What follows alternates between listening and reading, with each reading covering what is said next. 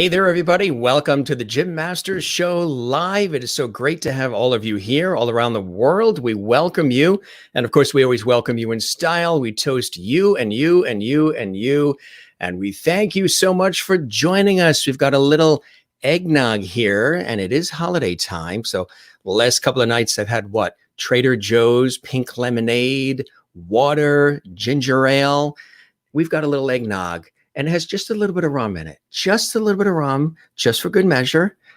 I toast all of you. Thanks for tuning in, and thanks for all the great comments. We're so happy that you've enjoyed the bevy of incredible shows we've been doing. This is an entertainment lifestyle talk show series that we started about 35 weeks ago. Again, it has grown out of my professional work as a television and radio host, presenter, personality, voiceover artist, actor, journalist, writer, producer, stage MC. I've been doing that for many years professionally, and so many people have told me to start a show like this, sort of bringing back the lost art of conversation. Think maybe David Susskind, Dick Cavett, Johnny Carson, Merv Griffin, Mike Douglas, a little bit with some of the modern sensibilities of today. And everybody that watches this series, they call themselves the Lovities. How did that happen? By mistake. It wasn't planned. It wasn't strategized. Everything else going on was strategized and planned. That wasn't. I was saying that the show is about positivity, inspiration, good times, positive vibes, light, love, and levity. And I sort of fouled up and I said, Lovity. And then all of a sudden, all the viewers came out of the woodwork and they're like, Lovity? That's a cool word. Keep that word, Jim. Keep that word. So we keep that word. All the viewers are Lovities. And if you're new to our show, guess what? You're an official Lovity here on the Jim Masters Show Live. All of our guests immediately get inducted into Lovity Hall of Fame. You're going to see that. Watch the viewers or Lovities say, you're now a Lovity, Alison. You're now a Lovity. And that, of course, is our illustrious guest. The wonderful Alison Arngrim is here, live and direct from California, from her beautiful home. We're so excited to have her here. Of course, she has done so much. She's an actress. She's a comedian. She's an author. She's involved in lots of wonderful organizations that give back to the community as well. But of course, most notably, many of you know her and remember her fondly. Well, I hope fondly, because she was Nellie Oleson. Nellie Oleson. And boy, did she play that to a T extraordinarily for a long time on NBC's Little House on the Prairie. And boy, was she amazing, right? She was so good at it that even sometimes people would come up to her in the supermarket and say, are you that rotten one on Little House on the Prairie? Now, real life, she's not. She is a sweetheart. She's a fabulous person. But again, people remember her so much from that role. And that show has taken a life unto itself, even beyond the initial run. DVDs and YouTube and networks have been carrying it. And she's just a beloved actress, and she's a real hoot. She's extraordinarily funny as well. And if you've seen her in conversations or online, that she is somebody that I'm just so excited to welcome to the show. Just want to say a couple of welcomes here to our fabulous viewers. Now, of course, our cast of characters are here. We've got a big cast of characters. One night we did a nostalgic night. We weren't going to do this every night, but everybody fell in love with the characters and they said, Jim, you work in television, keep these on the show. So we keep Lovity on the show. We keep these characters on the show. I'll just show you a few. Of course, Jeannie is here and she's in the bottle and she's blinking at Alison right now as a colleague. So we got Jeannie in there in the official Jeannie bottle, right? And who's here to oversee things? Mr. George Burns is here with a cigar, and he says hello, and he's going to greet Alison as well. And even somebody else who's cast, actually, I remember Alison saying in an interview, one of the few casts like Little House on the Prairie that still stayed together. We had Dreamer Denver on the show, wife of Bob Denver, who herself, she was an actress, and also she owns a radio station in West Virginia. She was a brilliant guest on our show. She's a dear friend. She sent along Gilligan. She looked at our set and she said, Jim, I don't know where you can put anything else, but you're missing something. And I said, what are we missing? She says, you're missing a Gilligan. So aloha, Jim, Dream of Denver, Bob Denver. And she sent along the Gilligan. And there he is. So Gilligan will be watching along as well. We welcome everybody and lots of fantastic comments already in here. Alison, you did such a wonderful job as Nellie on Little House. We did not like you. Well, that's because of the role she played. You mean, yeah, I like the clarification. Did not like Nellie. Right, of course. There's a difference between Alison. But she says, we do like Alison. We're going to take a look at some more comments, but first, and we have a lot of comments. So feel free to comment, post, share the lovity, because I know you guys like to do that all the time. Let me just tell you a little bit about her. New York Times bestselling author of Confessions of a Prairie, Go Hide the Children, a Prairie Bitch. How I Survived Nellie Oleson and Learned to Love Being Hated. Alison Arngrim is best known to viewers worldwide for her portrayal of the incredibly nasty Nellie Oleson on the much-loved, long-running hit television series Little House on the Prairie, and continues to amuse audiences through her many film, television, and stage appearances as well. Her one-woman show, Confessions of a Prairie Bitch, which started at Club Fez in New York back in 2002, has actually become a worldwide phenomenon, having been performed to packed houses in New York, Los Angeles, Boston, Chicago, San Francisco, Seattle, and in France. She is beloved in France. I think she and Jerry Lewis are the two that are the most beloved in France. Maybe David Hasselhoff too, I think, as well. She performs entirely in French too, to standing room only crowds and all that French version titled Confessions. I will let her say it because I want to hear her French pronunciation. You know, in '86, when her friend and Little House husband co-star Steve Tracy passed away due to complications of HIV/AIDS, Alison began volunteering at AIDS Project Los Angeles. And I want to pull up a really cool picture here because we've got a lot of great pictures that we're going to be showing throughout the actual conversation. Yes. Remember that one? I'll leave it on that. And then we will do the reveal. She, everybody says it, and you know, it's so true. She looks the same. I mean, different hairstyle, but I mean, she just looks so fantastic. Also, I was mentioning Southern California AIDS Hotline and APLA Food Bank, her duties ranging from working on that to chairing the steering committee on volunteer speakers bureaus and developing safer sex workshops. She has provided AIDS education to doctors, nurses, prison inmates, service clubs, churches, department stores, and schools, written AIDS education articles for magazines, and spent 7 years hosting the APLA educational cable television show, AIDS Vision, as well. And she also received awards for her work and so much more. In '89 through '93, she served as program manager at Tuesday Child, an organization assisting children and families affected by HIV and AIDS as well. She currently serves as California chair, the national spokesperson and founding board member of the National Advisory Board of the National Association to Protect Children as well, which is wonderful. And of course, she has appeared on numerous television news programs discussing the legal and political issues surrounding child abuse, molestation, and so much more. So she's doing beautiful work. She takes pride in the fact that so many people enjoy hating her when she was on Little House on the Prairie, and is more than happy to give them the opportunity to do so in the future. Her fans, mine are loveties, hers are bonnet heads to designate their love of all things prairie. And many have posted pictures of themselves wearing bonnets while they read along at home with Alison as well. And that's just really, truly the short list. When you think about child stars, a lot of child stars don't necessarily, go on to bigger and better things. She has really created a wonderful life for herself, which I think is absolutely incredible. She did Confessions of a Prairie Terror as well, Alison's one-woman show, all live on Stage It. And also Alison took on the role of a dictator as the legendary Impressions Rich Little follows her example and takes the show on the road digitally with Rich Little, virtually speaking.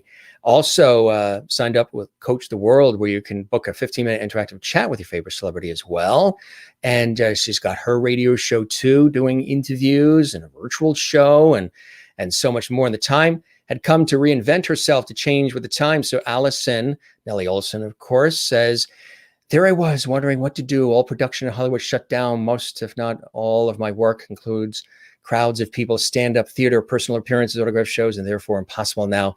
So she created her show as well as is on Cameo and so much more. We're going to talk about all that and more. But first, why don't we welcome our wonderful Alison? I know you're going to say welcome Nellie, but no, we're going to Welcome, Alison. Look at this shot here. I love this shot. If that's not an intro, I don't know what is. Let's welcome her live and direct from her beautiful home in California, the wonderful Alison Arngrim. Alison, welcome to the show. How are you? I am fabulous. Thank you. So am I a lovity now? Can I join? You are an official lovity on the Jim Masters Show live. Now, there's Emmys, there's Oscars, there's Tellys, there's Peabodys, there's Tonys. How does it feel to be a lovity on our show, my friend? I really like it. And I like what is that, like balloons, lanterns, that backdrop is fabulous. I love that. Only the best, Alison. Only the best. Welcome, welcome, welcome. I do want to show you some of the incredible comments already coming in. Oh, I'll bet. I love the one you had up where like, we did not like her.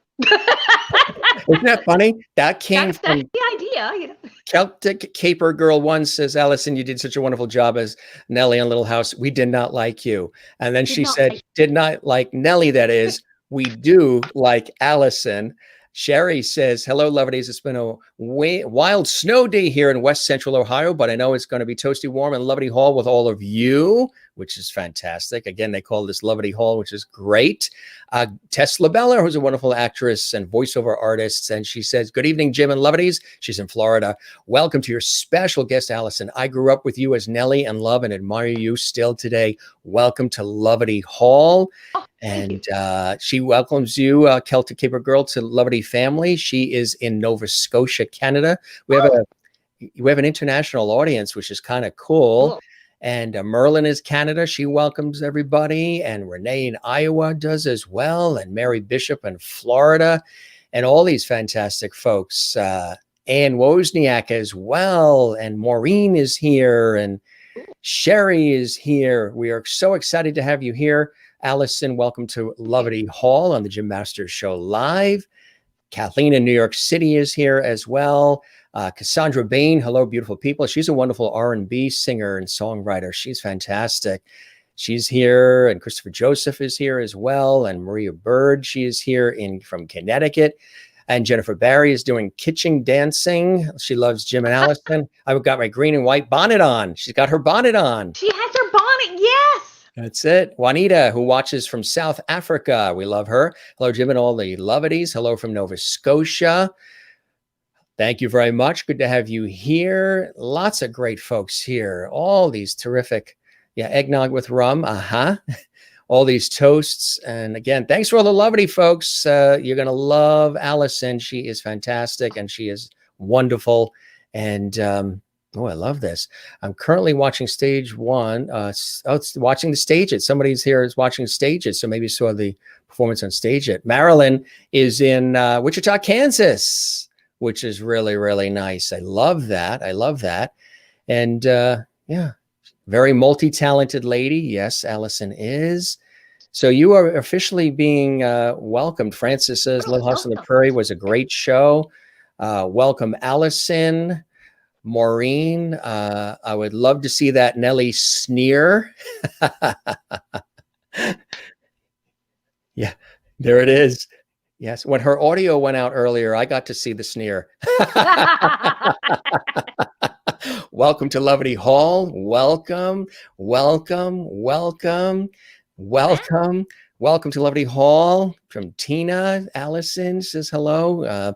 Welcome to Lovely Land. This is all beautiful stuff. Beautiful stuff. Hello from Toronto. Listen to Alison every day. We love it. We love it. We do love you, Alison. So cool stuff, isn't it? And that's such a welcome. Such a welcome. Thank you. Thank you. And that's the kind of thing that I think is really, really cool because again, you've had that role when you were playing Nellie Oleson where it wasn't necessarily a loved character, but also a character that, but you were so good at it. Let's go back in time. And you and I were chatting. We had such a great conversation before we were live. You were raised in such an extraordinary background of talent and entertainment and passion early with your mother and your father. With your mother, many of you might not realize that her mother was the voice of Gumby, Polly Purebred, Davy on Davy and the Goliath, and who else?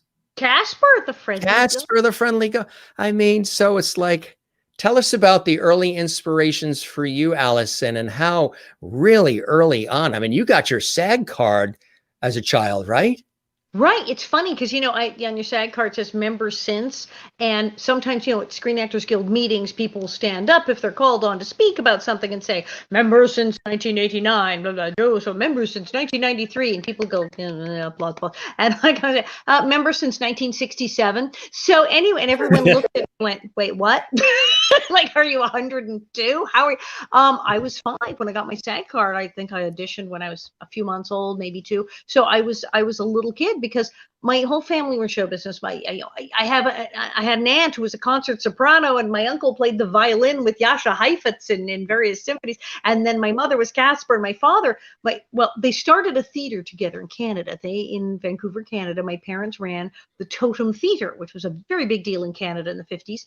And then they went into radio, and then my father was on Broadway, and then he became a manager and wound up working for Seymour Heller and Associates, where he worked for Liberace and Debbie Reynolds and all the famous people. And then, of course, my mother was Casper the Friendly Ghost. She's the voice of Gumby. She was Sweet Polly Purebred, Underdog's girlfriend, and Davy of Davy and Goliath. And you were talking about, Davy's sister Sally and all the characters. So when they do these things, there's a woman and there's a guy, and one person's doing all the high voices and one person's doing all the low voices. So mom was Davy, Davy's mom, Davy's sister, and most of Davy's friends. And the guy was Davy's dad, the preacher, the fireman, and whoever. So when there was a scene, it was Davy and his mom and his sister and like 4 friends. That's my mother having a 7-way conversation by herself. And she did this. They did a Casper album in the 60s, which you can get on iTunes. It's out there, the Casper album. And it's her and one guy, and it's a musical with a cast of thousands. And it's just the two. It's just the two of them. Isn't that not amazing? And she's singing as all these she's Nightmare the horse, and she's Wendy the good witch, and she's Spooky the ghost, and she's like everybody. It's absolutely hilarious. Yes, really. But Saturday morning was all my mom. I turned that on, and everyone we knew was in show business. So people would come to dinner, and I had a good separation of fantasy and reality, because I'd see someone die on a police show, and then they're like, pass the potatoes at dinner tonight. So I knew people were. I knew my mother wasn't really a talking ball of clay. So everyone was on TV. So I started working so young. I was doing commercials, Hunt's Ketchup and things like that. That's right. There was a show called Juvenile Jury in the 60s, and it was sort of like the Art Linkletter or Kids Say the Darndest Things. And I was on that so much. I was like Kitty Carlisle in the 3rd grade. I was a panelist on a panelist, and I gave advice on and then it was 10. I did a film. I had a feature film at 10 called Throw Out the Anchor. It wasn't very good, but it's really funny. Dina Merrill was in it, Richard Egan, and it was kind of this whole houseboat thing. And I got a trip to Florida and Disney World out of it. So yeah. And I did that. So I was working like mad. And the funny thing is my father sits me down when I'm 11 and says, now, you haven't been really booking a lot. We thought you'd work more after the movie. You're not really working that much. Many child actors don't work when they become teenagers, or they don't never work again. So this might be it. So I got the "you may be washed up" speech at 11. Yeah. And then I got Little House on the Prairie like 6 months later. So it's like ta-da. It was I always tell people that was the first comeback. People say, "Are you making a comeback?" I go, "That was the comeback." That was the comeback. Oh, well, you've got that cup. Let me toast you so we can do an official welcome to the Jim Master Show live. Cheers, cheers, cheers, cheers. There you go. Cheers, darling. Cheers, darling. And what do you have in that fancy mug of yours? I have Diet Coke and a bunch of ice from my fabulous refrigerator ice maker that I'm madly in love with. It's new. I now have an ice maker in my fridge, which I did before. That's crushed and cubed. That is living the high life. You are living the high life. Yeah, that's my idea of height of luxury. There's an ice maker in the refrigerator. I'm like, well, I mean, it's a lot. It's quite far from Little House on the Prairie, so having an ice maker is a luxury for you, right, Nellie? Totally. We didn't have the dishwasher yet at the Mercantile. Boy, I got one now. I'll tell you.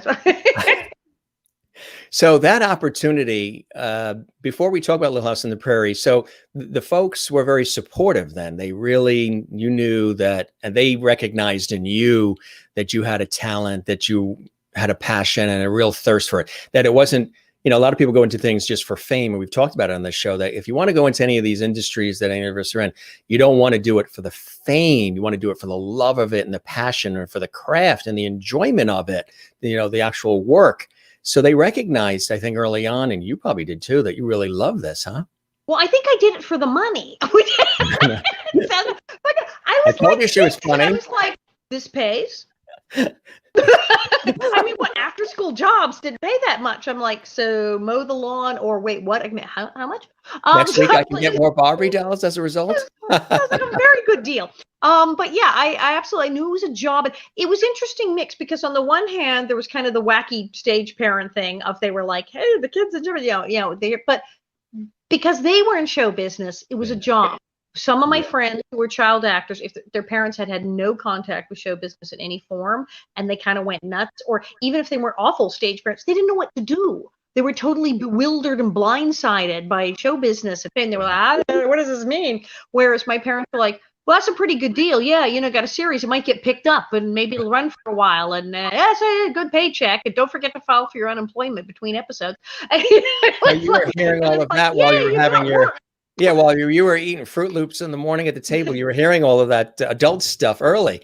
And that's the thing. And because it was like a job, I mean, that's one of the great things. Is like, by the time I was like 12, 13, we'll have to file taxes. You're getting paid. You have tax return.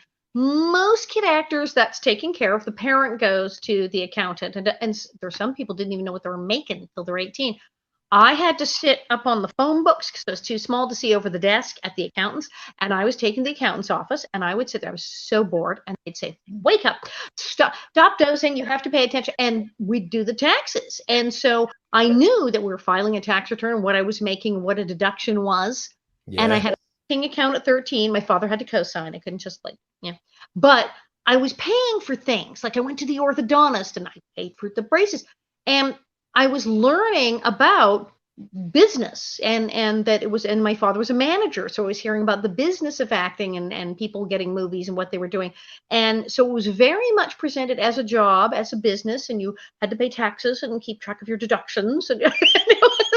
And I think that was really good, because it made it make more sense. I think a lot of people who didn't have that kind of background, it was much harder. Yes, absolutely. Absolutely.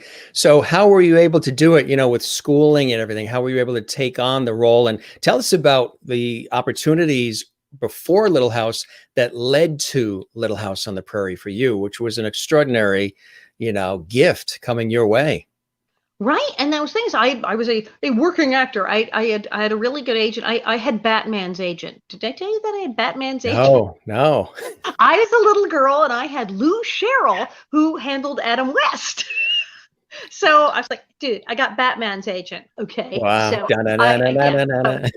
right. And so I had a very good agent. And then my father was a manager, but he was a real manager at the office at the 9000 building with a big desk, and all that. So it was, Hollywood. But so I had that going, which was really good. A lot of kids were child agencies and didn't necessarily get the attention my agent would get. But I had Batman's agent. And so I would go on all these auditions. And the crazy thing was, I went on the audition where they said, we're making, show of these books. Go see. And I had not read the books. And then I came back and I read for the part of Laura, and I read for the part of Mary, and I didn't get those because I'm so not a country girl. And then I'm like, months later, they do I come back and I'm like, well, how many people are on this thing? But they're doing the show is sold, and they're doing the town. So they're casting for Nellie. Because I've not read the books, I have no clue who Nellie Oleson is. I have no idea. And I get there and I get these pages, and I'm sitting with my father, and I'm like just turned 12. And I'm sitting there, and it's not normal. I turned to my father and said, this isn't a normal part. He says, what are you talking about? And I said, this girl, she's not, she's horrible. She's a bitch. Yeah. My father says, what are you talking about? And I start reading it for him. Well, he starts laughing hysterically, and he says, don't change anything. You go in, you read it like that. He said, in fact, don't even look at it. Put the pages down. Don't look at them. Don't look at them. Just go in and read it like that. And I was like, okay. He's like, do not change a thing. So I go in, and there's Michael Landon and Kat McRae and Ed Farley, the producers, all lined up on a couch. And, Michael Landon was famous from Bonanza. I sort of knew who he was, but there was the producers all lined up there. I was reading for producers. And I had my little pages. And I'm okay. And it was the famous My Home speech from the Country Girls episode. It was the best home in all of Walnut Grove, where I list how much everything costs. So I do this whole thing, and there's a gag in there that is so funny, and maybe not all 12-year-olds got it, where she says, we have 3 sets of dishes, one for every day, one for Sunday, and one for when someone very important comes to visit, which we have never even used yet. Because they don't know anybody, because they live in Walnut Grove, Minnesota. But they think they're famous, so they have these dishes. And so I thought, this is hilarious. So I played it correctly, that this girl has no idea what she's coming out of her mouth, and that she's made a fool out of herself with this stupid dish story. And they died laughing and said, could you do it again, please? And I said, yes, what would you like me to change? And they said, nothing, just read the thing about the house again. And that was it, man. They wanted to see if it was a fluke. I mean, I had pages and pages. I had the scene in the Mercantile and the house. It was like the whole episode they had me read. And then we left. And by the time we got home, my agent was on the phone. I had the part. It was done. They made the deal. They called immediately. I had to, my feet had to have cleared the doorway, and they called my agent. Did they tell you what it was about that audition or about you that they really liked that secured that role for you? No, it was like, y'all got it, boom. And I was like, what's wrong? And everyone asked me, what did you do at that audition that you got? Yeah. I'm like, you just got a series. I'm like, I don't know. But when they asked me to read that thing twice, and they were laughing so hard, tears were rolling down their faces, and they were elbowing each other in the ribs, just read the thing to see if it was that funny twice. And I read it again, and they screamed. These are grown men, and they're like killing themselves with laughter. And I'm 12 going, okay, I'm killing, but this is really weird. And they're like howling, and I'm going, okay, I've hit a nerve. And then I don't know how many kids who came in and did it were funny. They might have been mean enough. They might have been aloof enough. They might have been snotty enough. But not all 12-year-olds have comedic timing. And I came in and I was imperious and grand and read it and was properly bitchy and terrible, but it was also really darn funny. And I think they went, well, I mean, look at this girl, done. It was quite clear they decided Nellie should be funny sometimes. And I nailed it. Basically, I walked in and I nailed it. Yes. That's funny. Actually, a question came in from Linda Odell in Florida. I have to ask, did you and Melissa Gilbert become friends? Y'all hated each other on the show in those characters. Right? We bonded right away, which is funny. And I think that's probably a thing. I know, like, TV romantic couples, like, either love each other or hate each other. It's one of those kind of things. And I think if you play enemies on in a movie or TV show, I think you become friends because all the hostilities and tension is out of the relationship. You've got, it's like Pataka bats. You've worked it all out. Melissa and I hit it off right away. And I think it was because we're both very, very Hollywood families. Her family was like that. Melissa Gilbert, her dad, he was adopted, but her dad was Paul Gilbert, the actor. And her grandfather was Harry Crane, who wrote The Honeymooners, for heaven's sake. So it's like, so she came from this whole Hollywood royalty, and she was kind of like a 40-year-old midget, old lady at 9. And so we kind of like hit it off, and there was something there, and we became and then something about playing enemies and knowing that, like, oh my God, we get to beat each other up later. Oh, what fun. We really enjoyed it. And so we went even further. And as Melissa said, we could go further than other people because since we liked each other, we knew nobody was going to get hurt. So we could just go nuts, which made it even better. We felt freer to be even more terrible to each other on screen. So it just escalated. And we were doing the show on the weekends. We were having slumber parties at each other's house. And we're still, I mean, when she just had her neck surgery, which we're hoping is the last one. She's had many. But this guy was this really special surgeon. He went in, he took out all the old stuff they had done to the disc in her neck and put in a new modern thing and tweak. So we're hoping I was texting and we're like, oh yeah, no. So she's like my baby sister. That is fantastic. Yeah. Somebody asked her, you're still in contact. You know what they're also asking about? Remember I said before we went live, you're going to be welcomed as a lovety, and they're going to ask about the room you're in and the quilt. They're asking about that beautiful quilt. Is this gorgeous? Is this gorgeous? Yes, yes. a fan. She actually made, I should find the label and I could give her a big plug. She made this for me, and it has little tiny fishies on the back. It's like for the cat. They're cats. You see the things are in the shape of cats. You can see that they lean up, kitty cats. And she made this for me and sent it to me because she was watching my Little House on the Prairie daily readings, and I put it over the back of this chair because it was so incredibly fabulous. And then you can see my books behind me and my mouse ears from Disneyland Paris and stuff, because this was a good end of the room. I was doing stuff by the mantelpiece in front of the fireplace, but it wasn't as comfortable with the chair. I didn't have as much leg room. So I moved over here by the bookcase. And now that I have a better Wi-Fi router and extender, this is the best signal.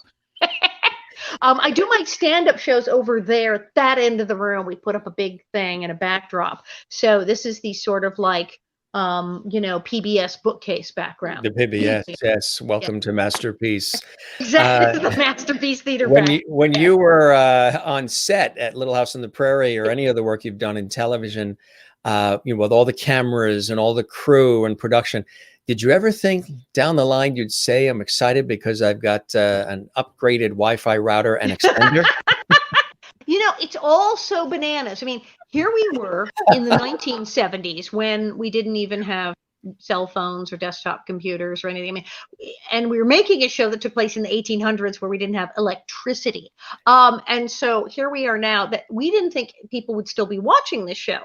When it started, there was regular syndication, but there was no cable TV, there was no VHS, there was no DVD. They're not going to be watching this years later. And then we went to cable, then we went to VHS, then we went to DVD, and now it's exploded. Like in the 90s, it really started to explode on cable and DVD, and we're like, this thing's never going to go away. And people are watching it on their phones. I mean, that's not a thing that we ever dreamed would happen.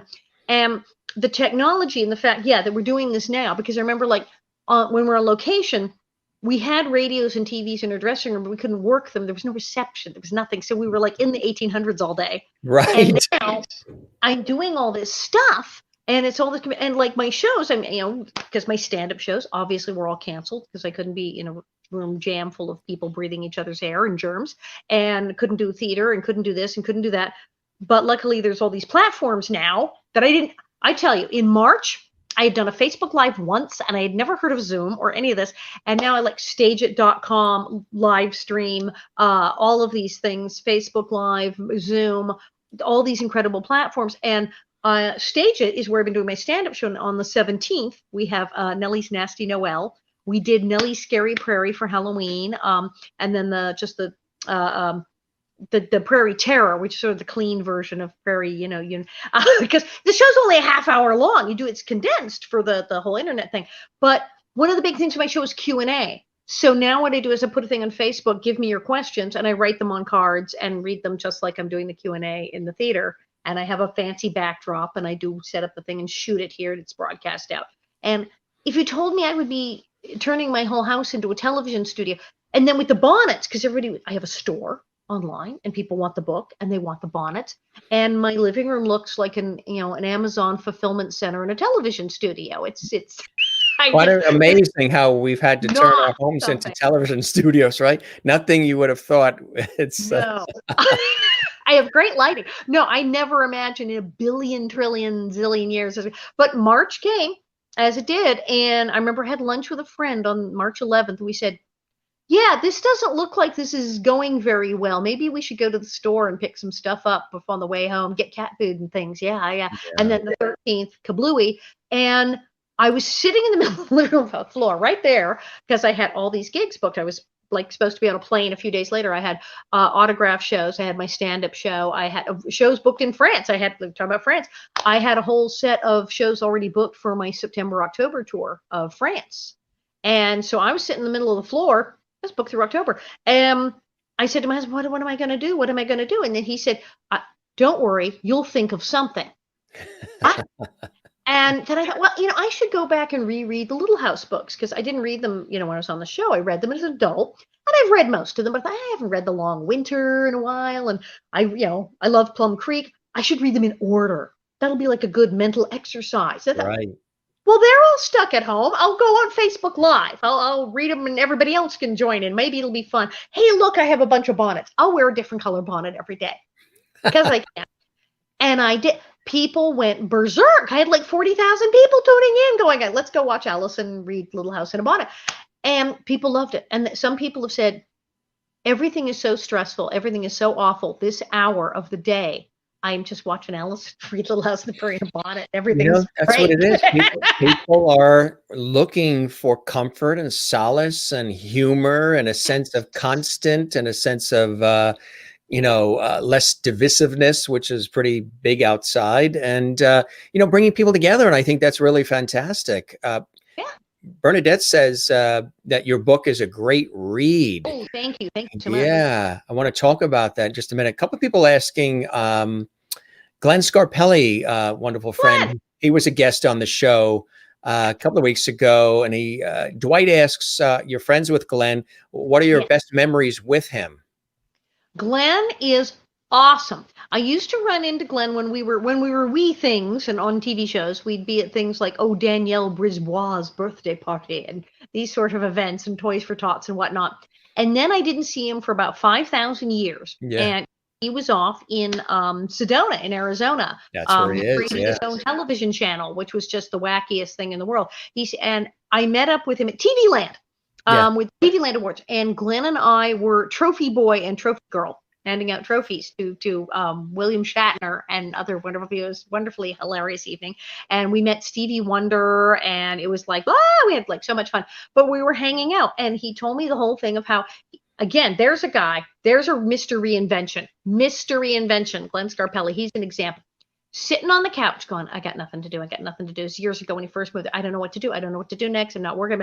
And he's flipping channels and he goes, why is there nothing on this one channel? And he looks, there's nothing on this channel. And he calls the cable provider. Why is there nothing on channel? Well, nobody wants it. It's like open. It's like you could put on a public access thing or something, I guess. Do you want, can I buy it? Can I just buy the rights to this channel to put stuff on? Yeah, nobody's wanted to do that. We're in Sedona, Arizona. Like it was going to watch. He did. And he made it a tourist thing. And he'd go out and shoot local restaurants, art galleries, whatever was going on in town, shoot a bunch of stuff, edit it up, put it on. All the hotels ran it. Every restaurant, every casino, everything that was going was beating down his door to be on it. All the hotels ran it. Everybody loved it. And suddenly it's like, I just found a new thing. It turned out to be like this insanely successful thing. It's like, great. So Glenn is a genius. So Glenn and I were hanging out, and he said, because they give gift bags, at the TV Land Awards, really good stuff. And I had this little certificate. This guy says, do you want LASIK surgery? And I said, you're not doing it here in the parking lot. He said, no. You come into the doctor. I said, yes, I want LASIK. What? But wait, one eye, or it's a discount. No, it's both eyes, the entire like $6,000 package. I'm like, for free? Like, yes. And the follow-up visit and the whole thing. I'm like, yeah, give me that one. And I go, and he goes, you got LASIK? I got LASIK. He goes, I want LASIK. I said, go see the guy. So he goes, and he gets his thing. So we got LASIK. And then later in the evening, we met Stevie Wonder. And we were enthralled. And Stevie knew who we were and he's a big Little House fan. Picked me up. So do you know Stevie Wonder is a big guy, right? He is actually, yes. He was little Stevie Wonder as a child when he started performing. But Stevie Wonder is up here somewhere and like yay wide at the show. I mean, he's a building. Stevie Wonder is a big person.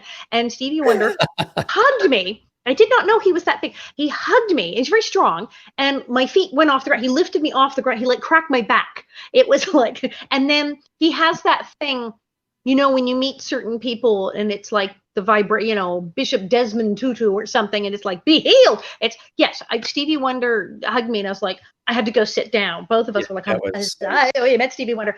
And then we started laughing because we had just gotten certificates for LASIK. So we said, it's a miracle. Stevie Wonder has touched us, and now we shall be able to see. I had a similar thing happen to me, and I was at a gala event with Florence Henderson, and when she sat on my lap for a photo, say they wanted everybody together and squeezed down, and she sat on the lap, and I'm holding up Carol Brady.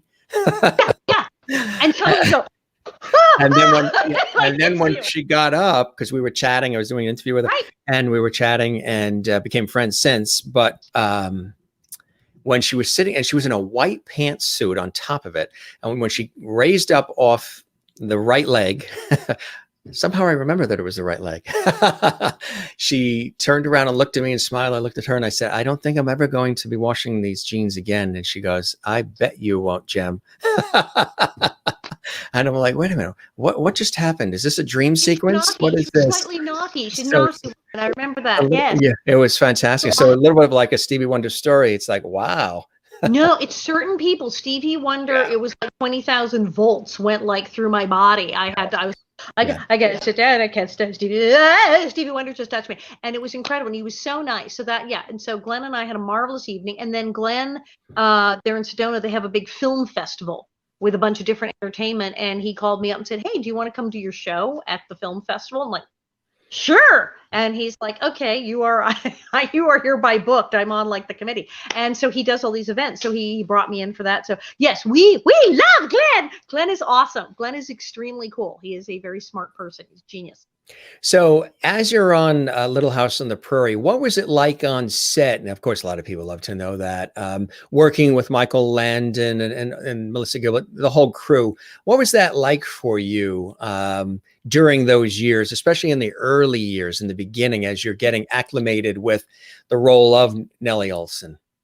Well, it was a trip. Little House was an amazing set. And that's the thing in retrospect and comparing it to other places I've worked and everything, it was amazing. Most sets were not that nice. You had this crew that had come off of Bonanza and followed Michael to the show.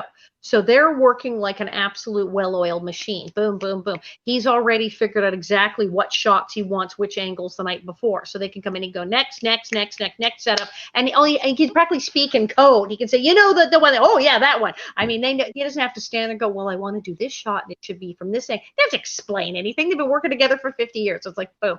So that was really cool. So we worked at a frantic pace. Also, he'd made a deal sometime back with the guy. He said, okay, when I do my own show, since we know what we're doing and we can save tons of time because I basically can point and you guys know what I mean, what if instead of having these 12-hour days and shooting late into the night, look, the show's more than half kids who are going to knock off after 9 hours because it's 4 hours work, 3 hours school. You know, they're going to be gone. What if we just knock off around then? What if we all go home around 5:30, 6 o'clock? Maybe 6:30 tops, but we finish shooting at a normal hour and everyone goes home for dinner. We've all got families now. What if we did a show where we didn't shoot all night and all day? We knocked off and went home for dinner. And they said, great. And we did. Little House on the Prairie. We didn't shoot all night. The kids had to go home because we had the 9-hour day. Maybe you'd shoot like another hour with the adult, but everybody went home. And nobody was doing that in Hollywood. And we had the Christmas parties and we had the various outings, and we had the birthdays. And so there was a family atmosphere. The children, the kids were the extras in the school scene. They're mostly children of the crew. Their parents are standing 10 feet away running the lights and sound. It's their kids are the extras. So it was absolutely a family atmosphere, which is not a thing that normally happens. Michael was a very interesting person. One of the funniest people I ever met. Loved practical jokes. Loved making people laugh. Loved to laugh.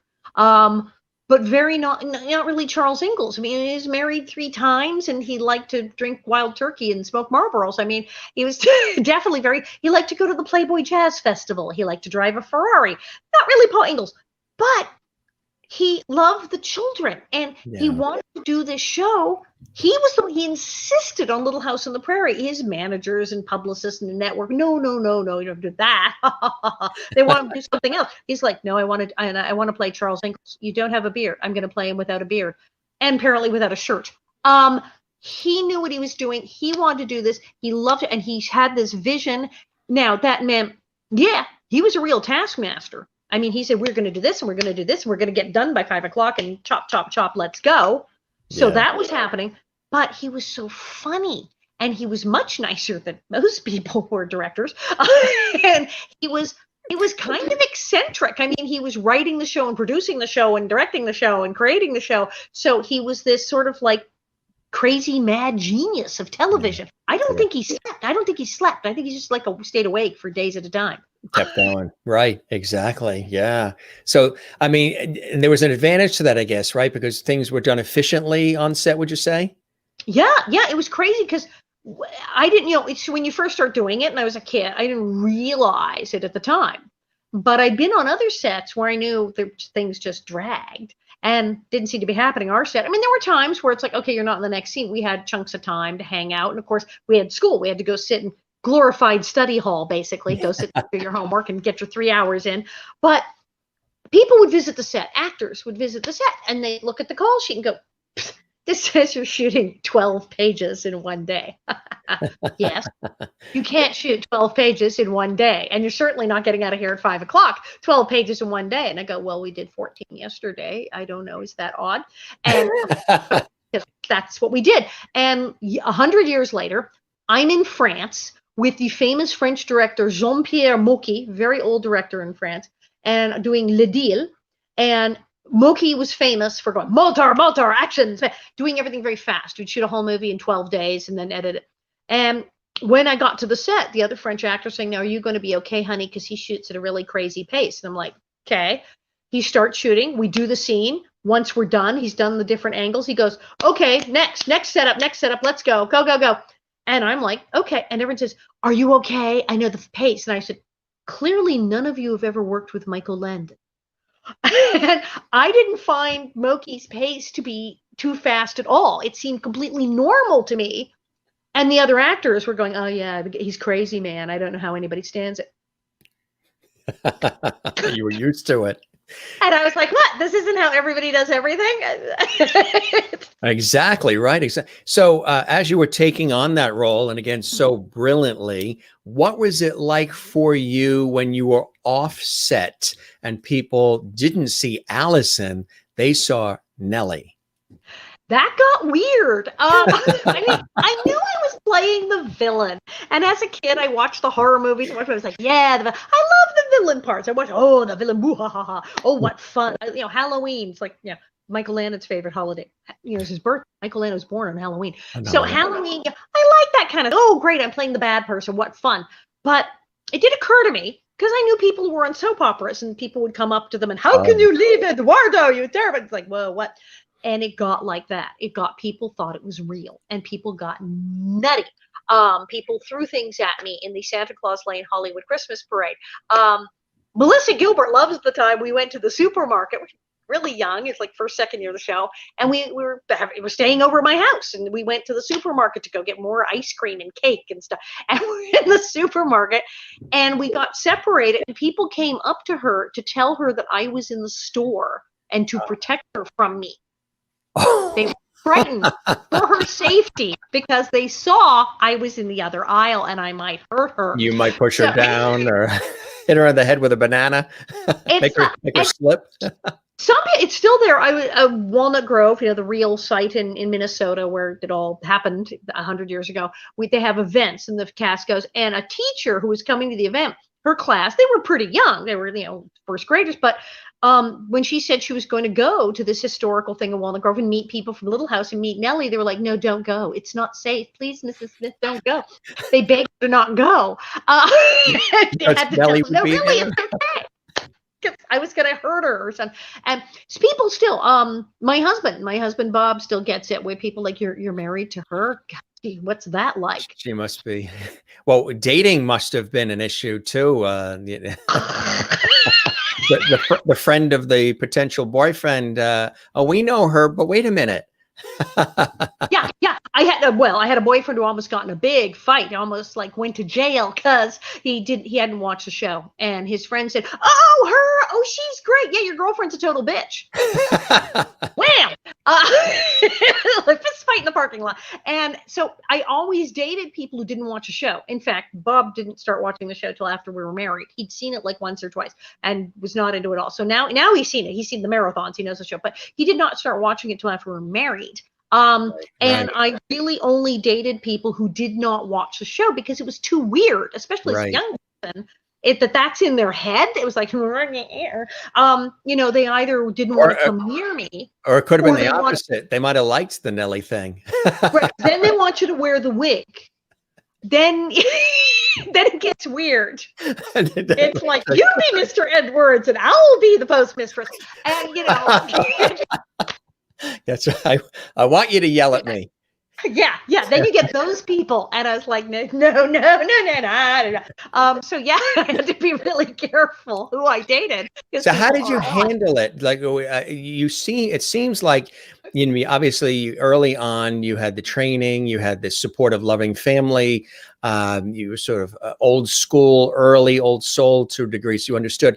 So you were able to not necessarily, maybe a little bit because you're a kid, but fully take it to heart. You could separate the two early on, where some kids would be devastated that they're not being loved. They love the character of Nellie, but people are thinking that they're still Nellie. People go into show business to be loved, for heaven's sake. Right. And here I got famous and I was hated by millions. And I mean, if I had been 8 or 9 or something when I played Nellie, that could have been really upsetting. That could have been psychologically scarring, having people go, I hate you, having people attack me and throw things at me. And that would have been really weird. And having people at school, like I had I kept my friends. I stayed in school where I'd been going and kept my friends from the 3rd grade who knew me and didn't care. But I wasn't going to be making any new friends, not with that. So if a little kid, that would have been just ugly.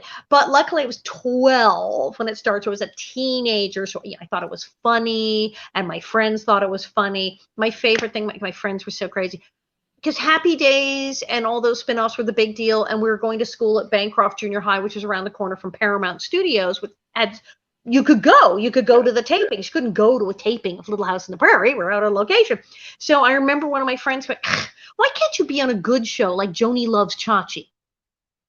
And, so this is where people's heads were at. They weren't like excited that I was Nellie Oleson. Care. So that was good. But yes, if I was much younger, or if I did not have that separation of fantasy and reality, I didn't say, well, I'm playing the villain. They're talking about her, not me. My mother is not a ghost or a talking dog or a ball of clay. Hello, right. This is not real. If I didn't know that, yes, oh my, because I feel bad. Like reality TV tends to not really be good for people in the long haul who are on reality TVs. We've seen, right. And it's that problem because there's not so much separation, and there's kids now on reality TV, and so what happens is, we know any show like a Big Brother or any of these things, someone is designated the bad guy, like on Survivor, somebody's designated the nice person. That's what you do. It's to create conflict. It's not the actor is actually the bad guy. You wouldn't have put him on the show. You wouldn't have signed the contract with them. You're saying, okay, they're going to be the naughty one. They're going to be this one. So, but they're doing that with kids, where it's a reality show, and this kid has been designated, they're going to be the difficult one. What will happen next week? What's going to happen to that kid at school? What's going to happen to that kid when they grow up? Mm-hmm. They're not playing. I'm playing a person who has a different name. And good heavens, I was in drag. Did you see what I was wearing on that? The thing in the dress and the puff sleeves and a wig. I was in I was like Batman, like Batman's agent. I was Batman. I had a whole costume and a thing. I wasn't me. I wasn't wearing anything I would ever wear. I was not even in this century. I was in the 1800s. So that's quite a separation from me. But for a kid on a reality show where it's their name and their face and it's happening now and they're not playing another person, what happens? What happens with that? I can't think it's good. I love that facial reaction. You have the best. I take a stern look at these things. I was going to say, you have the best facial reactions. Really, really do. Yeah. That's what got me the job. It's that face, because yes, I was watching the marathon, some of the reruns, and Laura walks through the room, and I turn around, I'm like, and it's just this look of death, and I'm like, that was a disturbing face. What was that? Yeah. Do that again, and we'll bring it closer.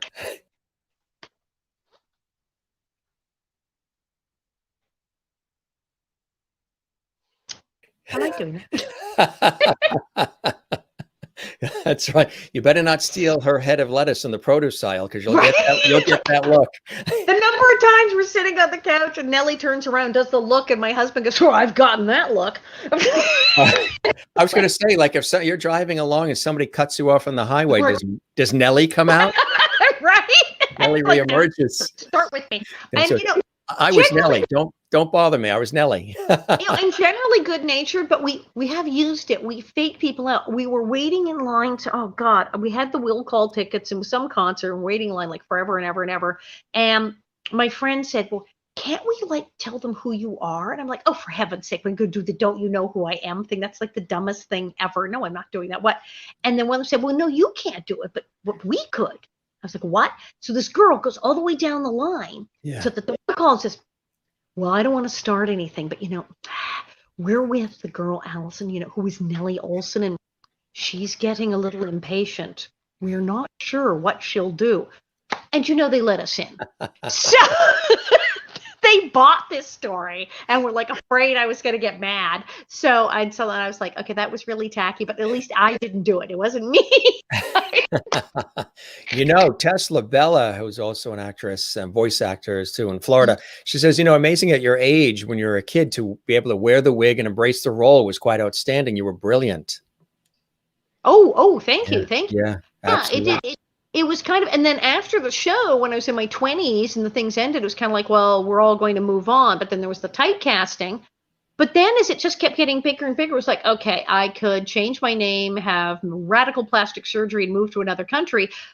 Now you couldn't really find when they're not showing it, though. All in the same week? Yeah, somehow. Or I can say, yes, this was me, and just go with it. There's got to be some way to go with it. So I've taken it and used it to my own advantage between the book and the show and the stuff that I've done and going to France. I've sort of taken what could be this prison of Nellie Oleson and kind of like twisted it around to my own evil purposes. You and I, before we went live on the air, I'll read this first. A lot of fabulous comments coming in, some questions too. I have to confess, I laughed so hard every time you acted so mean on the show because you were mean to everybody, not just Melissa, LOL. So she was laughing. Some of it, you were so good at it that it did have a comedic element, even in a way that you wouldn't think it would, but it did have a comedic element in the way you specifically played it. Thank you. Yes, I was so awful. I was funny. Well, and Catherine did too. Catherine McGregor, who played Mrs. Oleson, absolute genius. She even said in an interview, she said, well, this woman is very foolish. She's not really meaning to be cruel. She's just so tone deaf about everything. And she's very, very, very foolish. And so Mrs. Oleson was hilarious because she saw that this woman was just like so dense about everything that she would make these ridiculous proclamations and do these stupid things. But you were definitely meant to laugh at Mrs. Oleson. And so we became kind of campy, the campy duo on the show. What was it like? You and I were chatting before you went live. She was a brilliant actress too, and so believable. What was it like working with her as your mother?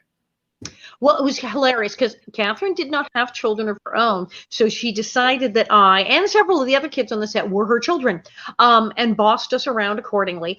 She would take us to the movies, me and Melissa and her brother Jonathan, the whole gang. But we couldn't buy snacks because that candy, it's not good for you. And she had snacks from the health food store for us. She was quite hilarious. She did think she was my mother. She would quiz me about who I was dating, where I was going, what I was wearing, what I was eating. It almost got out of control. It was like, hi, I actually do have a mother and a father and a manager and a publicist that you don't really have to do. She could be quite bossy. But she did that to everyone. She would tell everyone what to do. And people got used to her, like Richard Bull, who played Nels, her husband. He'd known her before. He'd met her many years before, knew her quite well, and he'd come out of the Goodman School, and so he knew, yes, she'd studied with Meisner, but he'd studied at the Goodman School in Chicago. So he would say, yeah, I know, Kai. So she had no effect on him. He was totally like, well, it's Catherine. What do you do? Of course he's like that. But brilliant to work with. Did you remain in touch over the years? Because I believe she made it to 93, right? Yes, that woman. And she was that was funny. They all wound up at the motion picture home and they hadn't planned it. Yeah. At one point she was living, we were in West Hollywood. I was living on this street and she was 2 blocks over, and then 2 blocks over was Richard, and we'd run into each other at like the farmer's market. It was very strange. We all lived in the same 3-block radius. She had said she was not going to go to the motion picture home when she retired because there was a bunch of actors talking shop, and she had her own condo, was very independent and well into her 80s. Meanwhile, Richard, he and his wife said, "Oh yeah, we're totally going to the motion picture home. It's great. We've made reservations like years in advance at the big Woodland Hills place." And they sold their condominium in Chicago and moved in. That same week, Catherine, who said she was never going there, well, her doctor sat her down and said, "Yeah, you're not as healthy as you used to be, and you really shouldn't be alone. You're pretty healthy, but there's some balance issues. I really insist that you move to an assisted living place." And the Woodland Hills facility of the Actors Home, the motion picture home, is right. And so she's like, "Oh, all right." Under great protest, she moved to the motion picture home at the same time. Do you know that you almost became her when you did that expression? Yeah, I do. When I start talking like Catherine McGregor, I do. I turn into her. Well, yeah, those actors are talking trouble. Catherine, this is Catherine. Where are my glasses? Don't tell me. No, they're not on my head. Don't you tell me my glasses are on my head. So yeah, and so she and Richard wind up there. Nels and Harriet move into the same retirement home at the same time. Not planned. Not planned. Imagine you're in the cafeteria. You're a person of some age who maybe perhaps you're on several medications, and you're in line in the cafeteria and you look and there's Nels and Harriet arguing in line. It's like, am I hallucinating? Do I need to call my doctor to adjust my dosage? What is happening? And there they were. And so they got to hang out together. And then he passed away. And of course, his real wife and she were able to commiserate. And but it is a lovely place. And so I was really relieved because they've been very parental to me for many, many years, that my TV parents did live out their days in one of the nicest places that you can retire to. It's very good facility. Did you think that the series would run as long as it did, and that it would take off in the way that it did? No, not at all. Literally, my father, the manager, stood there on the set the first day and went, "I don't know why they're spending all the money on these sets. This thing won't go 6 months." And people went, "That thing, who's gonna watch Little House on the Prairie?" You know what? Nobody believed. No, we never in a million years. Never in a million years. And each year it got picked up. We were sort of stunned, like, "Oh wow, it got picked up again." And then the third year, we kind of went, "Okay, this is becoming a hit. Something's happening. People are talking about we're a hit." And by the 7th year, we're just like, "How is this still going on?" And it was just crazy. And then my contract ended at 7 years, and I wound up not staying. It only went 2 more years. If I had known magically that it was only 2 more years, I might have stayed. But at the time, they wanted me to sign for like another 4 or 5 years. And not for extra money or extra anything. Yeah, no extra nothing. They were like, and I was like, "Oh, so then I get a big raise?" "No, not really." I was like, "Oh, okay." I think you said that right. Do I get to play more on the show? Right. No. Do I get to play less on the show? No. Right, do I get more time off? Because if I have less, my agent was like, "Well, she has less episodes, she'll have more time off to do TV, movies, and film." No, same number. "Well, then could she have more episodes?" No. Could she have more money? No. Bigger trailer? And lunch? yeah, lunch. Like throw in lunch. No, so they were like, "No, it was you get this and it's take it or leave it." And then that was the thing too. If they said, "Oh, just 1 more year, just 2 more years," it would have been, well, what the heck? But they were like, "Oh yeah, like another 4 years." And my father was making jokes about me turning into Miss Kitty on Gunsmoke, and I was like, "No, stop." So I did. I was 19. It was time to go and like do stuff. So were you nervous about leaving because it was such a hit and it was still running and there was the regular paycheck, the notoriety, or were you yourself as Alison ready to go? Yeah, well, I was in a way because I'd been there, all through junior high school, graduated high school, moved out of my parents, etc. Got my braces on, got my braces off, and I was still on the show. So I was kind of like, yeah, I kind of got to do something else. I got to do something else. This is crazy. So I wanted to do something else. I had, all the management going, "Well, you've now turned 18, so now you can be in all these other projects you couldn't be in because you were on the show. So maybe it's time." So there was that. But I also knew, because as my father said, and then people leave shows and never work again. You have no idea. You have just roll the dice. Yeah. But I was 19. I was like, it's time to roll the dice. Yeah. What was the next thing you did after Little House? Fantasy Island. Right, because you did Love Boat too, right? Yeah. It's the law. It's a law. If you're on a series in the 70s, you by law must do a Fantasy Island and a Love Boat. So I did Love Boat and Fantasy Island. Oh, I did a TV movie with Marie Osmond right after. That was cool. It was the I Married Wyatt Earp. Just like the funniest title ever. And Marie Osmond played Josephine Earp, the woman who married Wyatt Earp. and I played Josephine's kind of naughty friend who drinks all the champagne. Yeah. It's a good gig. So the Love Boat, the fantasy, you were a little too young for Love American Style. Yeah. Love American. Yeah, that show was done by then. I watched it as a young person, and I loved Love American Style. I would have killed to have been on Love American Style, but it was over by the time I was able to be on it. Exactly. Rose Siegel Levy says, "Did you like the marriage storyline they gave you?" Loved it. I was actually very surprised because I mean, now of course I've done the history stuff, and yes, of course the real Nellie got married and had a bunch of kids and everything. But at the time, it was so awful in the show. I'm like, who's going to marry her? And Michael, it was a surprise. He comes bounding into makeup and goes, "Your character's getting married," and like runs out of the room. And he comes back and I'm like, who in the hell is going to marry Nellie Oleson? What are you, crazy? He goes, no, it's this whole great episode I'm writing. And everything. He's short guy, but he won't take anything off anybody. And he's Jewish. And he tells Mrs. Oleson where she can stick it. And it's fantastic. And then he runs out of the room. And he keeps coming in and shouting out like parts of this episode and then leaving the room.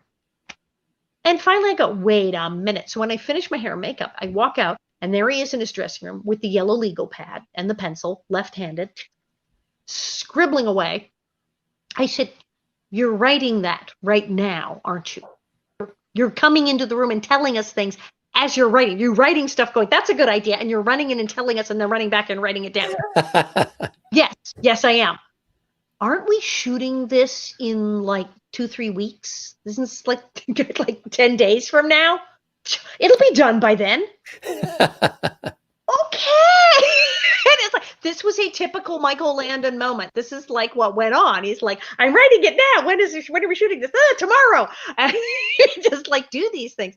And it was brilliant. And he went on the Tonight Show and he said he based it on his parents. His father was short and Jewish. His mother was tall and blonde and very controlling and imperious and difficult.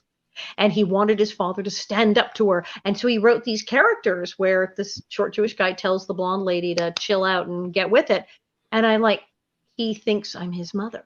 I remind him of his mother. Okay, this is like heavy psychological stuff going on. I'm like 18 and this guy's like, I'm your mom.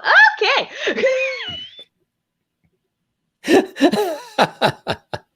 That is funny. But it was awesome. Because Steve Tracy, they cast Steve Tracy, who was like the nicest person in the world and the funniest person in the world. And we got along so well. And it was the best, again, chemistry between the actors. It was incredible. Watching everything that you watched and participating in such a beloved, series as NBC's Little House on the Prairie, did it give you the opportunity? Oh, what do you got there? Nice snack. I have goldfish. I have cheddar bacon. Very, very nice. Very, very nice. They're not fried. They're healthy. Yeah. Did it give you the interest in wanting to direct and write scripts and do some of the behind the scenes production side, creation side of television and film, having been grounded and had so much information early on, not only being Nellie Oleson on Little House on the Prairie, but the parental understandings that you had from your parents and so much more, and watching Michael Landon do his thing like you're describing. Did you ever, did that tickle your fancy a little bit? It took, what was weird is that everybody who acts always say, I want to direct. I never really wanted to direct. I took after my father in that I wanted to produce, because my father produced theater in Canada and he became a producer. And I like that, the stories about producing things and the stuff he did putting on shows. So that somehow appealed to me. And then, of course, Michael, what did he do when he became a producer? He's directing, but he liked producing. And he wound up producing Highway to Heaven. And then he producing stuff. And I thought, I'll be a producer. That's where it's at, man. I've produced some things, stage things for AIDS Project Los Angeles. We talked about all the work for them. They had a big fundraiser for years, the summer party, which they did out at Universal Studios. And they would take over the whole Universal Studios back lot, and they'd have a comedy stage and a dance area and a food area and a casino. And I was in charge.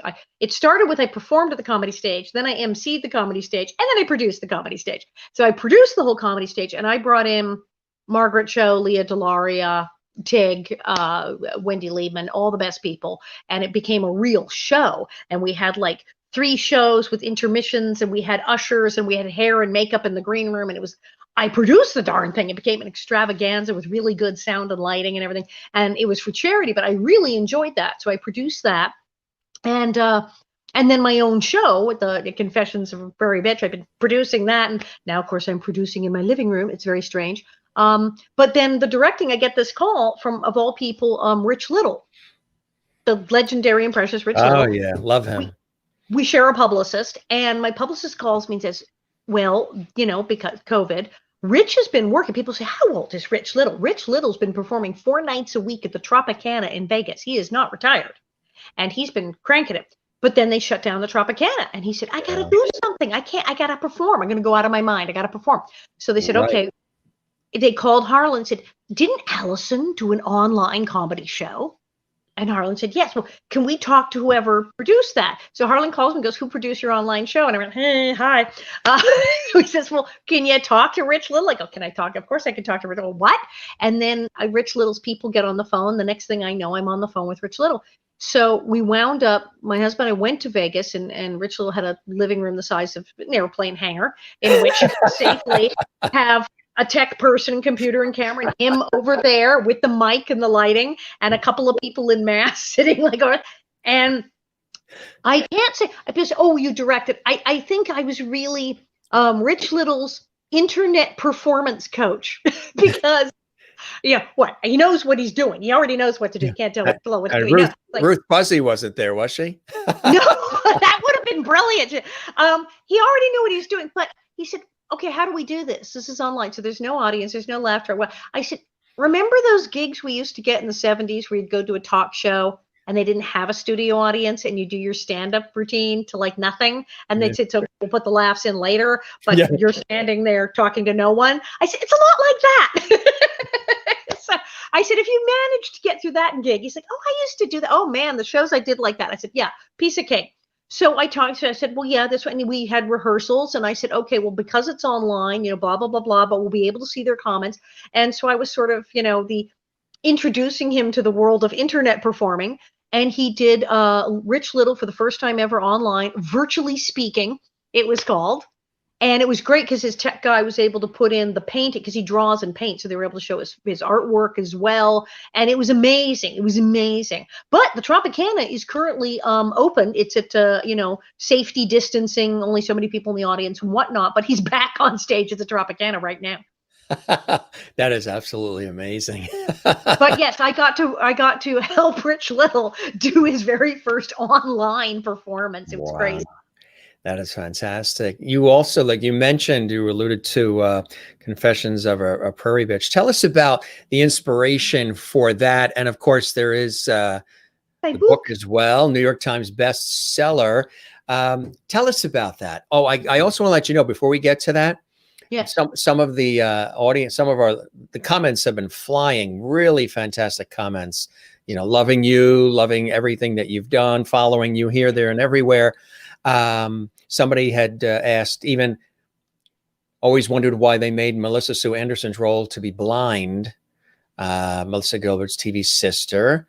And I think that was to extend her life, right? There was an illness or something that it was to extend her life. That's because she did. Here's the weird part. So the real Mary Ingalls in real life went blind. In fact, much younger than the character on the show. And she goes blind in the books.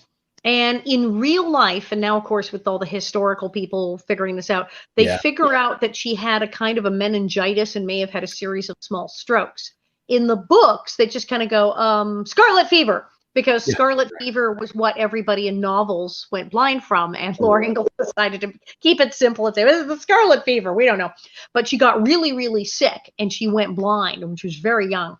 And the family was devastated by it because they thought that Mary was going to go to college and she was going to be the writer and the intellectual and go to school.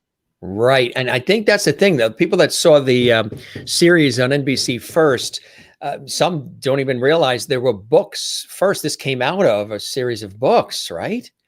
Well, the books and the real life. So, it's funny. Some people have been saying that because you're eating the goldfish, they're like, how come she's not sharing with us the goldfish? You're supposed to share with the whole class. And they said, Maureen goes, well, Nellie would never share her goldfish. Ha, ha, ha. I can get you some sour balls licorice from the store. Oh, and But yes, poor they might be Mary. toxic, but she'll get them for you. But poor Mary, yeah, everything bad in the show happened to Mary. Mary became the character that if she was gonna have, I mean, she lost a baby, and then there was a fire. If something horrible was gonna happen, it was Mary. She was the tragedy queen on the show. So but they actually stalled. She was gonna go blind. And they did an episode instead where her eyesight's failing. She goes to the doctor and they get her glasses because they said, well, we can sort of stall. We don't want to make her blind yet. And then they went, well, the time's marching on. Time for you to go blind. But then this epic thing. I mean, what a performance. And then they let her character meet a gorgeous blind guy who's a teacher and wind up working in the blind school and marrying the gorgeous man. Now, in real life, Mary Ingalls did go to a fantastic blind school, and Laura had to work to help pay for it and everything, but she did not get married. She never married or had children and wound up living with the family into old age. But she did go to a fabulous blind school that she really enjoyed, where she was able to take, really like college level courses and stuff. But yeah, Mary really went blind. When I went to Walnut Grove, there's Walnut Grove, there's a bunch of historical sites where Laura really lived, and they have Prairie events and have the cast from the show come in for autograph shows and things. But Walnut Grove is the big hub because that's where the show took place, supposedly. So they have a museum and they have all kinds of cool stuff to do and see.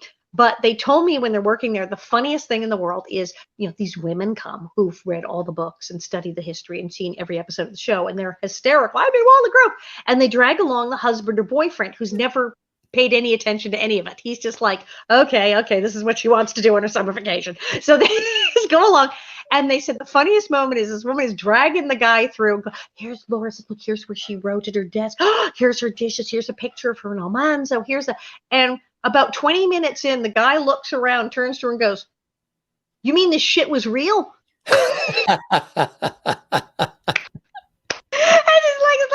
Yeah, actually, there was a woman named Laura Ingalls Wilder, and she was born in the 1800s, and she wrote a bunch of books, and they were a bit, yeah. And it's like, they're like, no, what? I didn't thought it was a show. But they're like floored. But there were these people, and then there were the books, and then there was the show, and it's a thing. Yeah. It's very complicated, and there are the show fans, the book fans, and the history fans, and they fight with each other about stuff. Yeah. Hi, Jim. Love her from Helene. Smiles coming in. Everybody just commenting left and right. So yeah, absolutely. This is the TV show, and then but it was actually a real life story. Yeah. And there's the mercantile. Yeah. And the real Nellie, it was Nellie Owens. And actually, when Laura wrote the book, she based the character of Nellie Oleson on 3 different girls who were apparently all equally horrible to her. Stella Gilbert, Nellie Owens, and Genevieve Masters, who apparently were quite terrible. And she combined them, and became Nellie Oleson. But Nellie Owens, her family moved to Tillamook, Oregon, and she is buried at, if you go to Forest Grove, Oregon, outside of Portland, there is a beautiful cemetery, and there's William, the father, and Willie, the son, and Nellie Owens Curry, because she got married. She's buried in Forest Grove, Oregon. I've been to her grave. Have you? Very weird and spooky, because it's like going to my grave. It's like, actually, those eyes and these eyes are the same. Right? People say, oh, you look the same. No, really, you look the same. It's kind of weird. Now, there was a thing with the hair, the wig, because your hair wouldn't curl. Your hair just wouldn't curl. They had a heck of a time trying to get it to curl so it can look like this, right? Boom. So I show up on the first day, and they said, why isn't your hair in curlers? And I say, well, what? I never got the memo. So I was like, what are you talking about? So 12 years old, I had to sleep in curlers with setting lotion curlers, come in at like 4 a.m, and then they got clack, clack, clack, clack, clack with the curling iron. And as I always remind people, when we say curling iron now, we have these thermostatically controlled fancy curling irons you plug in. No, this was little iron things that they put in an oven. It's just hot. So they would curl my hair and the ribbons. But the humidity, we were out in Simi Valley, California, and they would just go. It didn't work. So they said, okay, we're doing a wig. And they made this, they custom fit it to my head and custom matched it to my hair. It was perfect. Very fancy, very expensive. So then I could sleep in a little. I didn't have to sleep in curlers, but I'd come in, they'd curl 2 pieces of my hair. put the wig on, comb the two pieces into the sides of the wig so it looked like it was really my head. And then the wig had a metal comb that went right here. And that made sure it didn't fall off when you're going down a hill in a wheelchair or in a fist fight. So it was genius, but it really, really hurt. That's what's like surprised for 7 years. It was extraordinarily painful in the hairpins. It was one of the most uncomfortable things I've ever done. I cannot recommend it.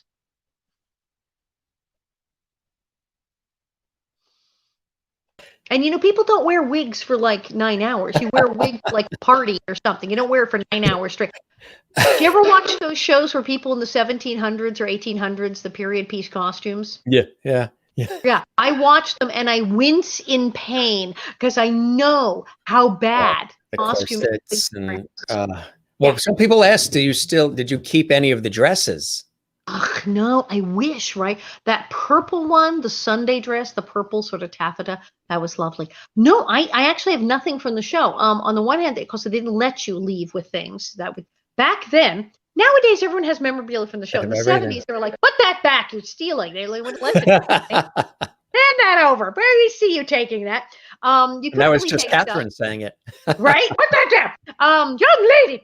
So you couldn't really take stuff. And then I didn't know, 7th year, I didn't know, maybe I was going to be back. And then I came back for the 9th season for the one episode, The Return of Nellie. So I came back once. So you never really knew, were you coming back? Were you not coming back? So you didn't go quick. I got to grab all this stuff. And the prop men and everyone, they were pretty, they kept tight control over the props, and then you couldn't really walk out with stuff. They'd bust you. So I neglected to steal anything. So I don't have anything from the show. Is that amazing? It's really an amazing life that you've led and continue to lead, and you're so passionate and so enthusiastic, and you're so expressive. And one of the things you and I were talking about before we went live with the show is you've really embraced, some folks don't embrace the role that may have typecast them or that they're just most identified with, because they want to do a lot of different things and they want to take on different characters. And you've done that. You've taken on different characters. You've done a lot more beyond Nellie, but you've totally embraced, like Barbara Eden has with Jeannie and so many others. They've embraced the Bob Denver with Gilligan. Yeah.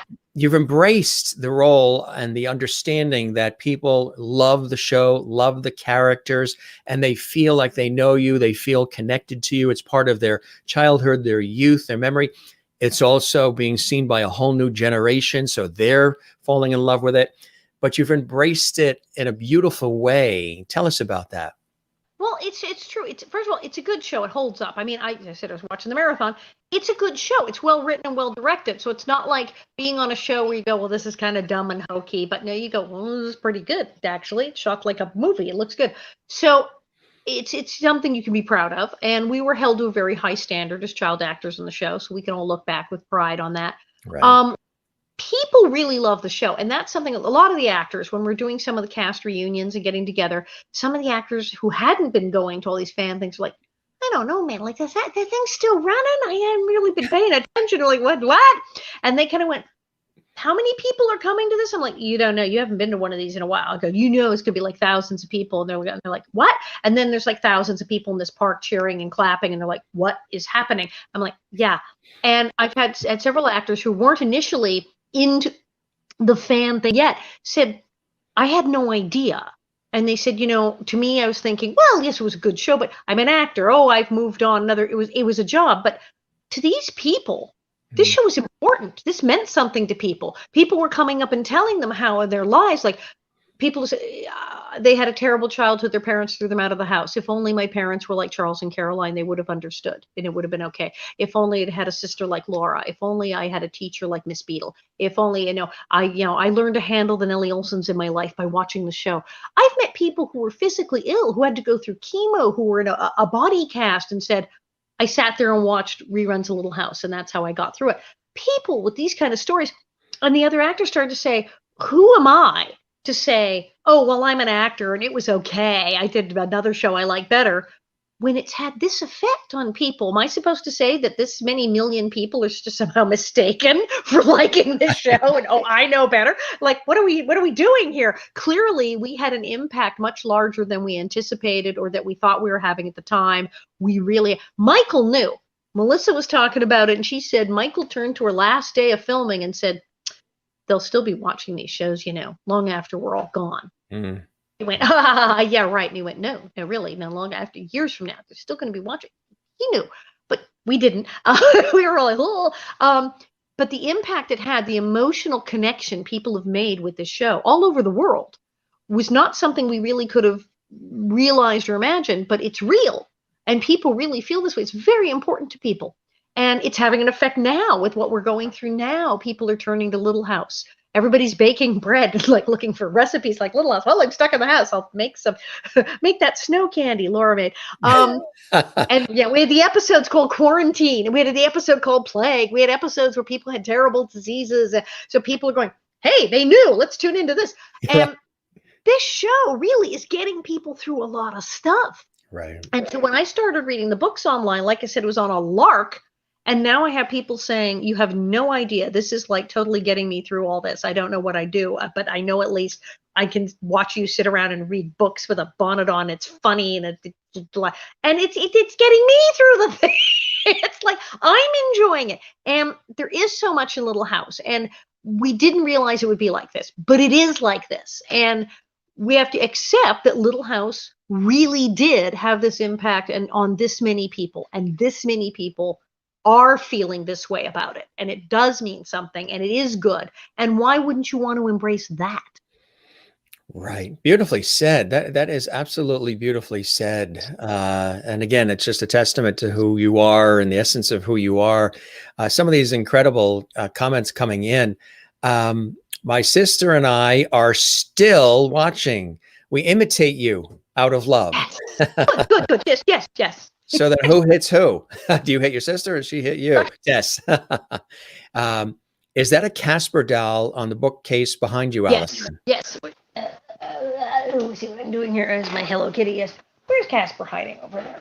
Where did I put Casper? It's up there somewhere. Over there. Yes, on the mantle. Is that what we're seeing? In case I'm like, yeah. And there's something like behind. There's that. I'm like, there's so many. Oh, there you go. There's Casper is over there, and there's a Casper. There's Hello Kitties up there. I have so many Caspers. I have so many Caspers and Gumbies, and I have an Underdog Sweet Polly drinking glass. And I have a big stuffed Gumby, and I have several small Gumbies, and I have several different Caspers. I also have several models of Nellie Oleson that people have made, and I have a Davy and a Goliath bobblehead.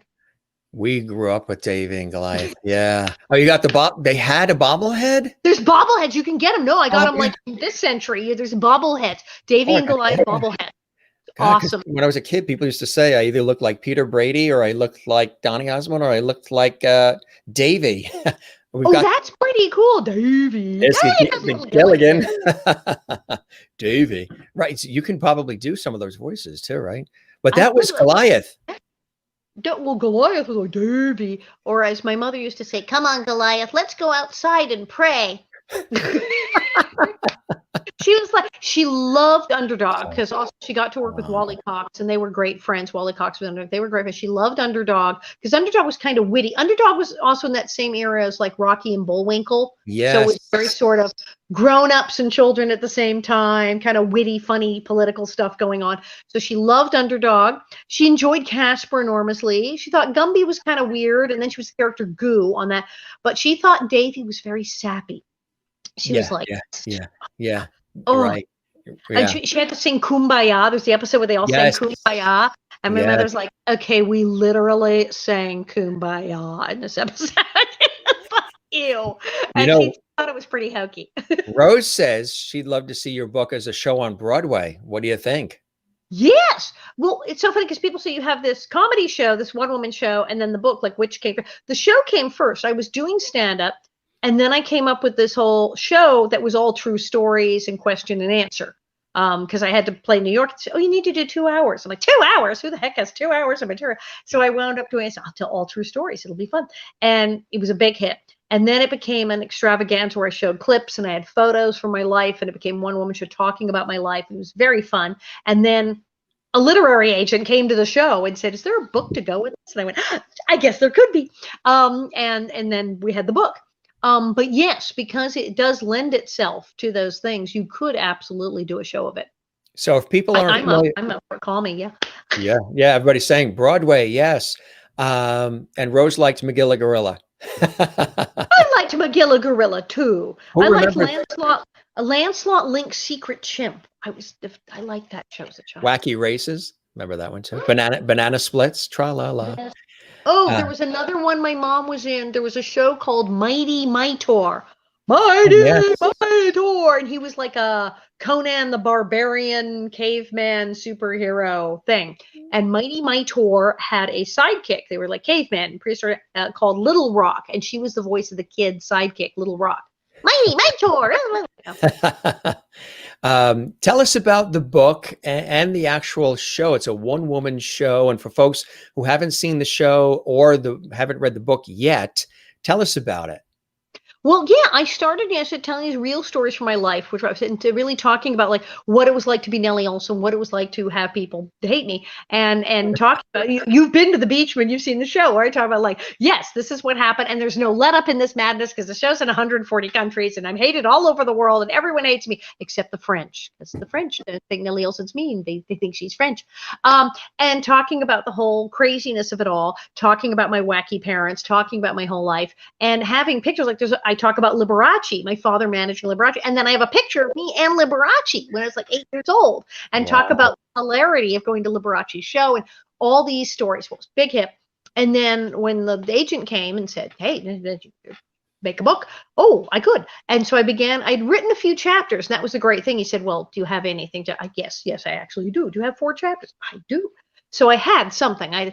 And he said, "No, this is great. I can take this to publishers." So next thing I know, I'm in New York meeting with top publishers, kind of going, I don't even know what to say. And he'd say, "You just say funny things, and then I tell them the offers on Thursday." And it was like practically a bidding war. They loved it. They loved it. They loved what I'd written.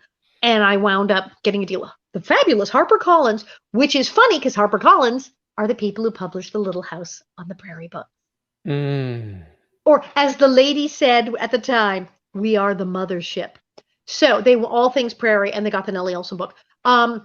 So then I had to really, really put out this book, and that was a lot of work because it was okay. I had these stories from stuff, but then I had to really write my autobiography, and I had to write the nice stuff. And then the stand-up show, yeah, that's very funny, but then it was writing the terrible stories, the stories about awful things that happened and people who died and things that went very wrong, and tell those stories and how I got through it, and how weirdly being Nellie Oleson was one of the things that helped me survive, playing this scary person that people were afraid of when I had been shy and bullied and abused and had no confidence whatsoever and was terrified of people.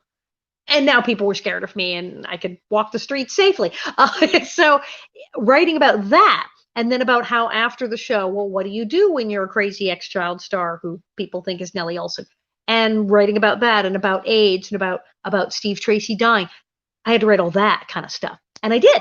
And it took a long time. And then there was the whole editing process where, okay, in these 4 chapters, can they be 1? That took forever. There's a lot of work. I threw in everything and the kitchen sink, I can safely say. But I also, in all of that, remembering that the number of people who were going to want to read about Little House on the Prairie. I talked about how the wig worked. I talked about how we did the episode where I go down the hill in the wheelchair. I talked about Melissa. I talked about Catherine McGregor. And I talked about Michael Landon. Because I knew people went, yes, we love you and want to hear your life story, honey, but do tell us about what happened on the set. Because people want to know. Yeah. And right. actors sometimes forget that. They go, this is my autobiography. I am going to tell you about my brilliant life. Right. But people are like, yeah, but what happened on the set? Could you tell us what happened on the set? Get back to the set, right? I think I can do both. I think I can tell you who I am, and I can tell you what happened on the set. And I was able to do both. I was very pleased with the result. And apparently so was everyone else, because it's a New York Times. But you go on Amazon now. I mean, when it came out, I got New York Times bestseller list like 3 weeks. But you go on Amazon now and you see the number of reviews and the 5 stars, and you go, ooh. But you look at the other child star books, and maybe they have 400 reviews or 800 reviews or 200 reviews. I got like 1,200 reviews. It just keeps going. And the reviews are, I just bought this book yesterday, and I'm like, what? And then I did the audio book, and people they can listen to me in their car, which I think would cause you to possibly drive off the road at some point. But you can listen to me in your car if you want to do that. And it's people really like it. They like that book and they like the audio book, and I'm so pleased. And then I was able to go do shows, talk about the book, autograph the book afterwards, and it's all worked out very well. Absolutely. People asking, where can they get the book? Is it on Amazon and the You usual? betcha. You can get it on Amazon in paperback. You can get it in Kindle. You can get it in French because I had a French publishing deal. And yes, it is out there on the internet in French. You can get it. But you can get it in Kindle and get it paperback and get the audio version. Also, you can visit my store, Square. I got that Square thing, so you can take the credit cards on your phone. Well, they let you do an online store. So it's Loose Gravel Productions, Loose, Loose Gravel Productions, Square. But you go on there, and there's a whole store, and it says, Not Your Mother's Mercantile. That's how you know it's definitely me. And you go in there, and there's the book. You can get bonnets. You can get little tin cups from Walnut Grove. I have all kinds of stuff on there. It's really fun. That's cool. You're also part of an organization that I believe was started by another very well-known actor, Paul Peterson, that it protects child stars and protects kids that are in the industry. Tell us about that. That really is very important. We had Stan Livingston was on in the summertime, another fabulous, fabulous person. And I hope when I'm out there, he wants to go to dinner. I hope we get a chance to do that. But he was telling me even more about it when he was involved. That is a really great thing to be involved in. Paul has done so much for child actors. He was on the Donna Reed show, and he did start doing the most amazing stuff at a time when no one was speaking.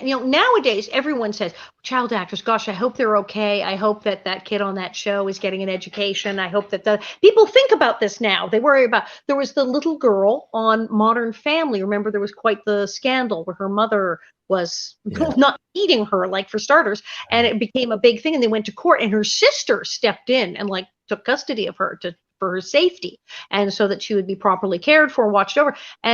But the other cast members in the crew were protecting her.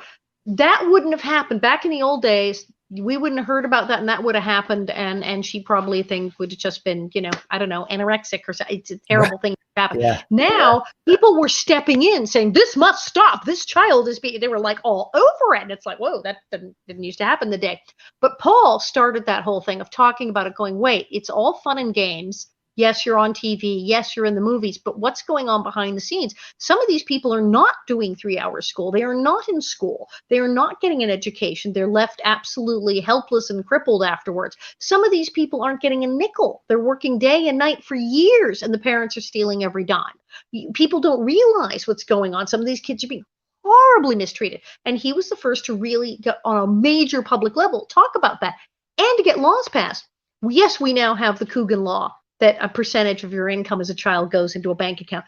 That wasn't there for a very long time. And even when it first started, it was only if you were a contract player, like the old studio system under contract. So if you were on a series for 7 years, yes, you'd get a Coogan account. But if you made commercials, or if you just did a movie here, a movie there, or a few episodes, you might make millions and work again and again, but you would not be obligated. Your parents would be obligated to have the Coogan account. And they didn't. And people got robbed. And terrible things went on. And Paul he went to Sacramento and changed the law. The Coogan law to put kids' money in a bank account has been changed over and over again and had to be tightened and tightened and tweaked to prevent people stealing the kids' money. And it's all Paul that did that. So he was the one who spoke out first. And now everybody's doing it. Because of that, eventually the Screen Actors Guild, the Actors Fund, these people stepped in and they had a series of meetings, and I was at them, where they formed a thing called Looking Ahead. And Looking Ahead is now a program where child actors can, while they're on shows, can sign up. They can go to parties and events with other child actors, where there's people who they can relate to and have friends. Maybe they're very isolated. They can get education counseling. If their parents haven't been educating them and talking to them about college, they can meet with someone who can work out, well, how would we get you into college? They have financial counselors. And they have counselors if it is going badly with the stage parents, that there's somebody they can call now. There was nobody to call before.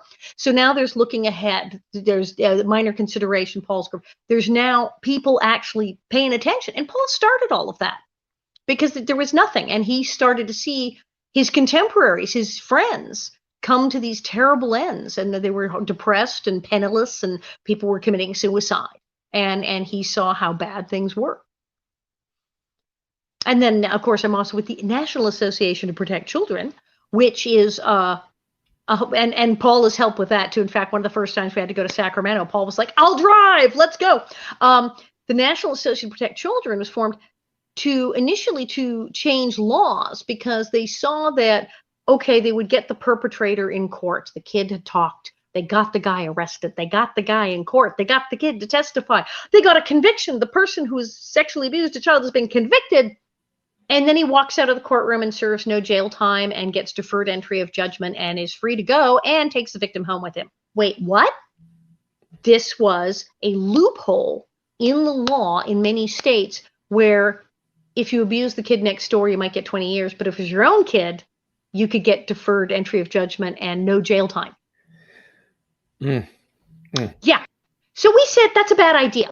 Yeah. So the National Association for Protect Children said, I don't think they should do that. So we changed that law. We changed it in California. We changed it in like 7, 8 states, including New York. And it was a massive change of how people even thought about abuse. It was really a major deal. So then they started coming up with more stuff, and they came up with the Hero Corps program, where we had been talking to the Internet Crimes Against Children Task Force called ICAC. Every major police department in a big city has an ICAC team.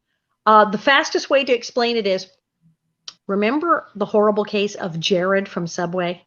Oh, yeah. Okay, remember when he got arrested and the big van pulled up in the driveway and they take him? Yes, that's called Internet Crimes Against Children Task Force, ICAC, and they have the van.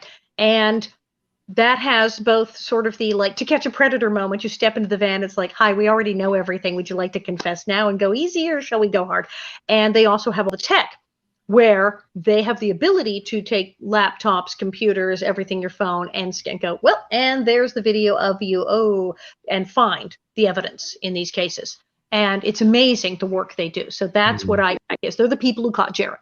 And they've broken up huge rings of terrible abuse. It's unbelievable stuff. Well, it was all they could do. They said, we don't have enough money. We don't have enough people. We don't have enough. So we started, one, going into Washington and saying, you know that bill where you appropriate the money to the ICAC teams? That should be way more. 2, training people in forensics, massive training with the police, with forensic, to work, to be apprenticed out to the ICAC teams. And we thought, where are we going to find anybody who's really got the nerve and is qualified to do this? Veterans. And so a bunch of people who'd come back from Iraq and Afghanistan, many of whom were wounded and couldn't go back to their old job, were being declared disabled, but really wanted to work and wanted to do something important, signed up for a thing called Hero Corps. And you can go to the protect.org website and read about it. And they wound up working on, as we said, a new mission, hunting with the ICAC teams, and helping them with this manpower, and we got them technology. We have a thing called the Weiss Center for Child Rescue Technology. Between the tech, between everything, it has resulted in an increase in arrests, in the breaking of these abuse rings on the internet. Just incredible stuff. So we did that. It's like in our spare time. We have a new project. If you go to the protect.org website that we're working on, you've probably heard about foster kids. When foster kids turn 18, unless their foster family is like decided to practically adopt them and is helping them go to college, most of the time they turn 18, it's thanks for playing, and they're out. No education, no job, nowhere to go. Like 20% become homeless, like instantaneously. It's thousands and thousands of kids. So we thought, well, people are doing some things about this. What if, kind of like Habitat for Humanity, what if we actually built housing, a program that would get them off the street immediately into housing, plus access to all social service, mental health services, education, counseling, mentorship programs, job counseling, etc. So we're doing that. We're going to be probably starting in Atlanta. We just launched the project like last week. That is people ask me, I was going to say, Did that pass enough? People ask me if I sleep because I'm always running around looking somebody has. You are really a bundle of energy. Where do you think that comes from? This passion, this desire, this love of life. I don't know. I'll probably take a nap after this. I don't know. I'll be exhausted and pass out. Yeah, naps. Have you had the COVID thing where you suddenly need a nap in the middle of the day? I asked my doctor about that, because I tested negative. We're talking about all the stuff going on. My friends were sick. And he said, are you having any, anxiety? And I said, well, sometimes I get really tired and I need a nap. He goes, yeah, hello, pandemic. He said, it's just very stressful. He said, take the nap. Just take the nap. He said, everyone's having it. You're walking around, you're fine. And you go, I feel sleepy now. Right. And you just do it like a cat. Just do it. Yeah. Right. He's like, just do it. Just do it. You'll feel better. But yeah, so I'll probably be exhausted later. But I've always felt that if you're alive, it's you don't want to be a waste of oxygen. Oh my God, there's so many things to do, and there's so many, people to see and places to go. And there's things to do, and you could be doing them. And then if you're famous, if you're even like a little bit famous, you got people on Instagram, whatever, you have an opportunity. You have an opportunity to talk to hundreds or thousands or millions of people. You can, tell them, I don't know, plant a tree, adopt a kitten, save water. I don't know, recycle your cans, anything. You got an audience. All these people are on Instagram and Twitter and everything. You could be telling people to do something good. Right. And early on, even when we were in a little house, we're kids, we'd go to Toys for Tots. We do the Easter Seals telethon. We did Special Olympics. Love, love, love, love Special Olympics. And my phone's ringing. I'm so not answering that. We would do stuff for charity because we were on TV. And for some actors, it was like, oh, I got to go do the telethon. And they'd be glad when it was over. And they go, oh, do I have to? And I was like, me, can I go? Can I go? And I enjoyed this because I thought, I'm using this TV thing to help people. This is good. And it seemed very practical and a sensible thing to do. So I've always done that. So every time an opportunity like this comes up where they say, well, look, we have this thing that we think might be really good. Do you want to get in on this? I should turn the volume down because you can totally hear this, right? Let me turn this way down.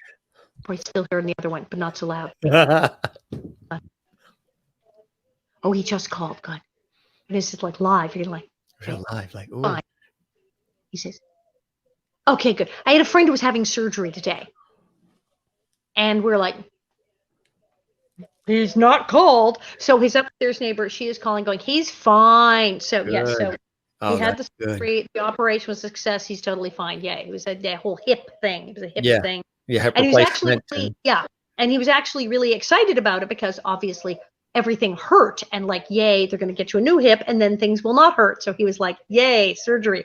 But we hadn't heard from him for a couple hours and we're all getting a little antsy. So his upstairs neighbor is now leaving me a message with all the details and apparently he's fine. He just called. So yay! So there you go. That's live. So for anybody who cares about Bob, or he's okay.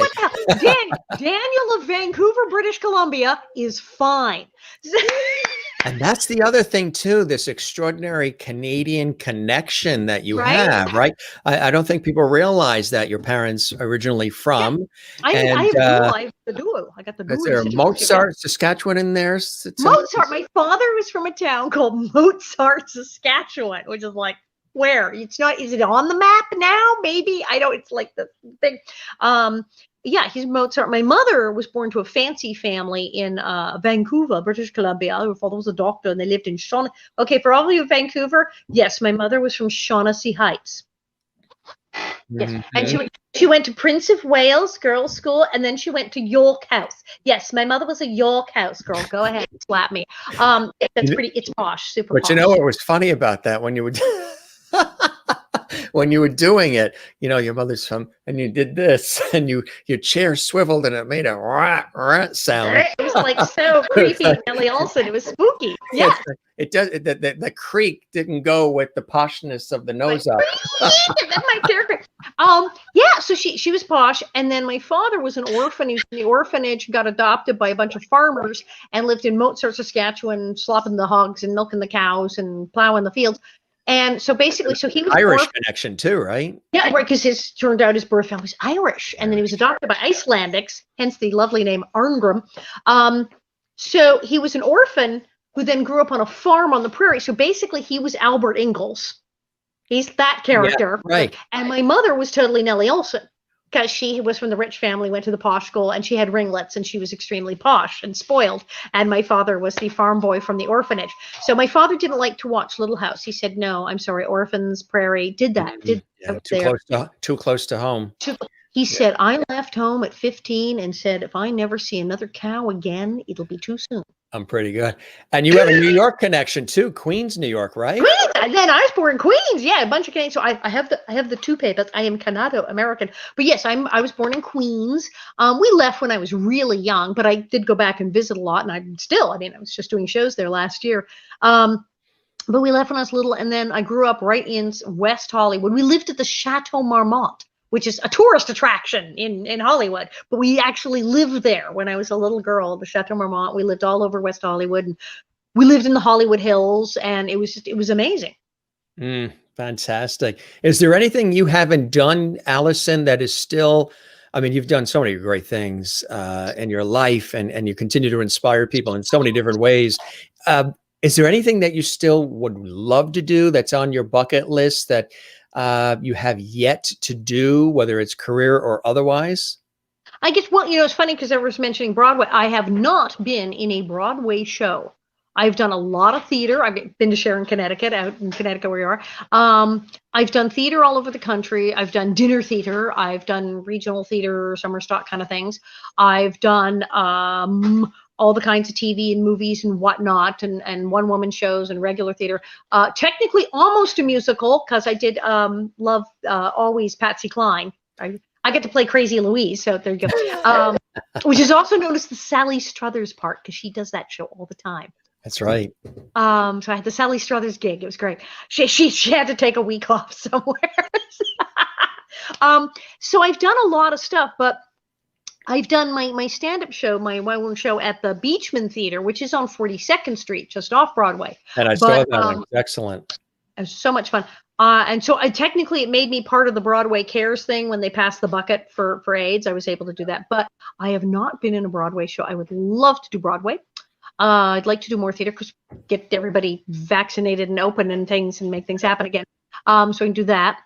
Probably more film. I'd like to do more movies. I managed to squeak out a movie in September. We're talking about stuff opening up in Utah, right before things got really bad in Utah. In September, I went and made a film called Even in Dreams. And the gal who'd made, she made a film that I'd seen that I liked, little tiny independent film. She goes, well, I'm making the sequel, and part for you.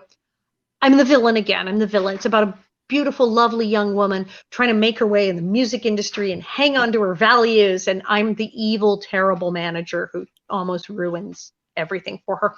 I'm so awful.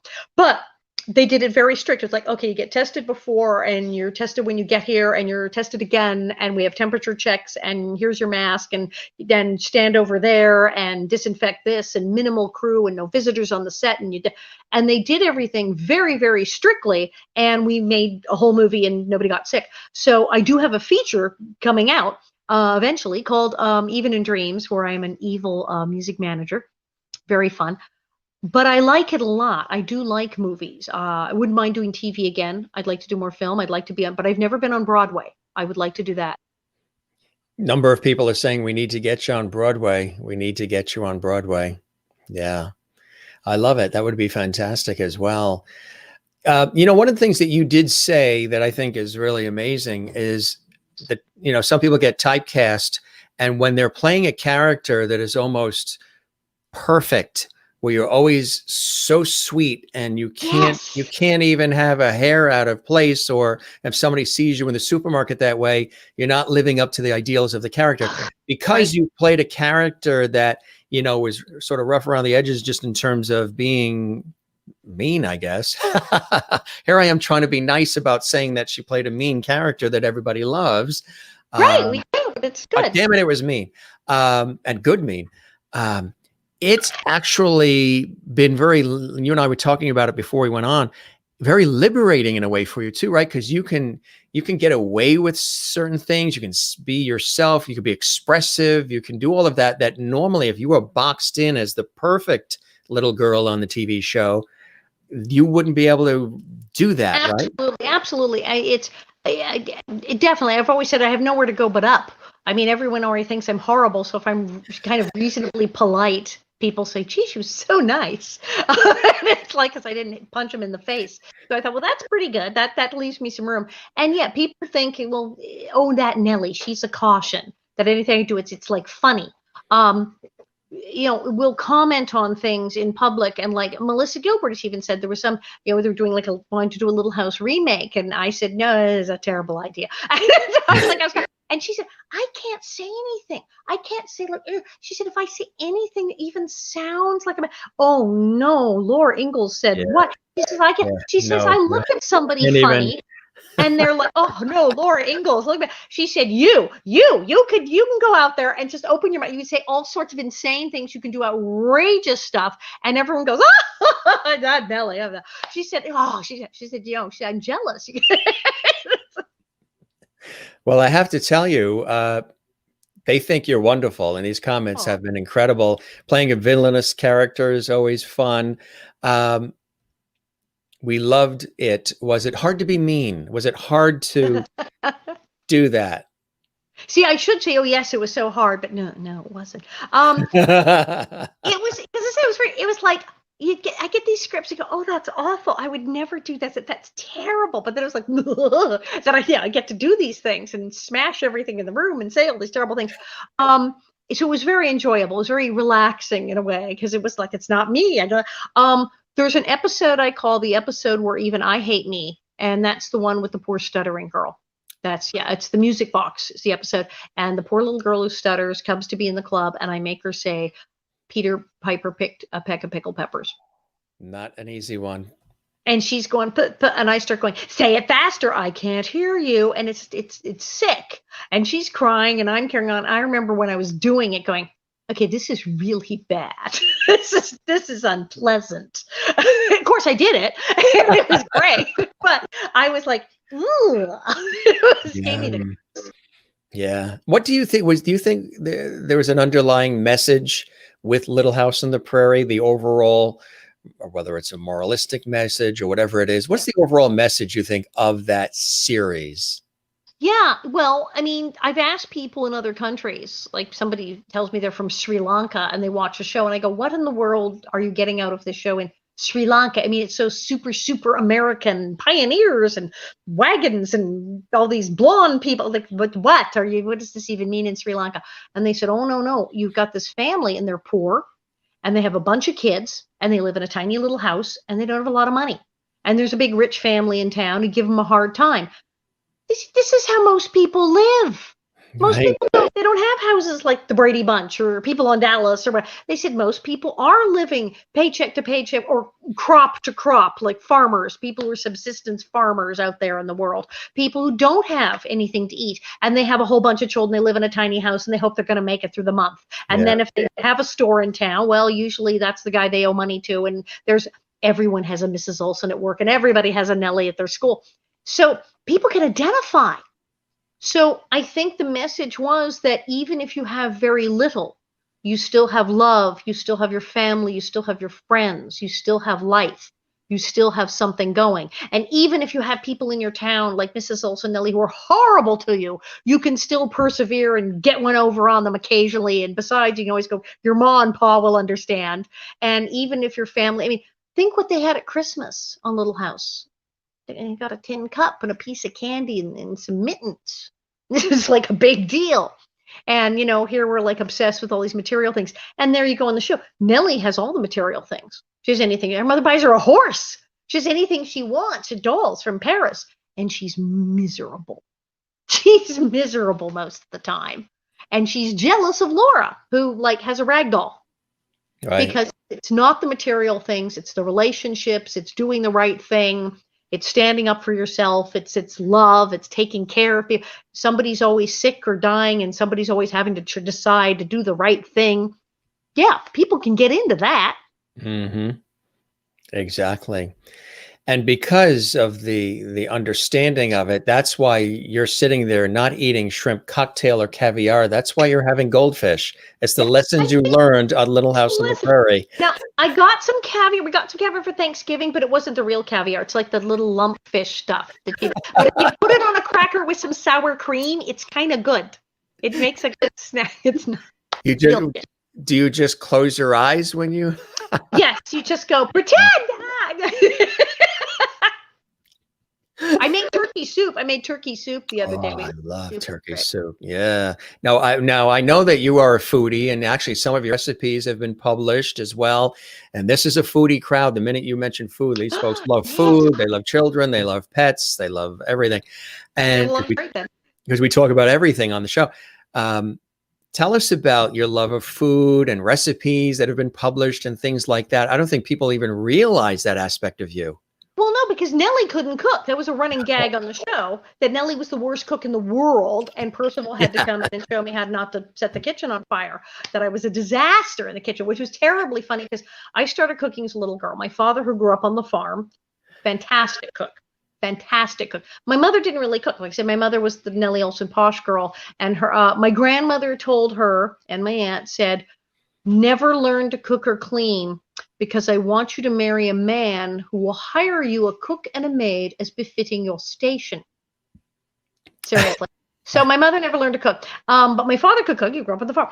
And he was amazing things he made. So he did the cooking. And Thanksgiving and Christmas were just like, yes, Yeah. because he would make the stuffing and the turkey and the gravy. Mind blowing.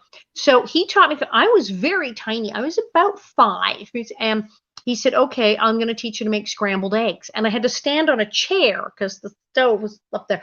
And I stood on a chair and he said, okay, now you can use a wire whisk or a fork, and showed me how to get the air into the scrambled eggs. And you add a little milk. And he taught me to make scrambled eggs, like really fluffy, super good scrambled eggs. And I was like 5, 6 years old. And so he taught me to cook. And then when I was older, I took like home ec in junior high, and I learned all about baking and the chemistry of it all. So I'm like a cooking fiend and have been all my life. I was a great cook, even when I was doing Little House playing a bad cook, which was hilarious. So now my husband, Bob, has the stuffing recipe, though. It's Sicilian stuffing with pine nuts, all these things. So he did the stuffing, and then I do the basting thing, and then I make the gravy and thing and potato. So, but I make the best turkey in town. Everyone who's had my turkey, the best turkey in Los Angeles.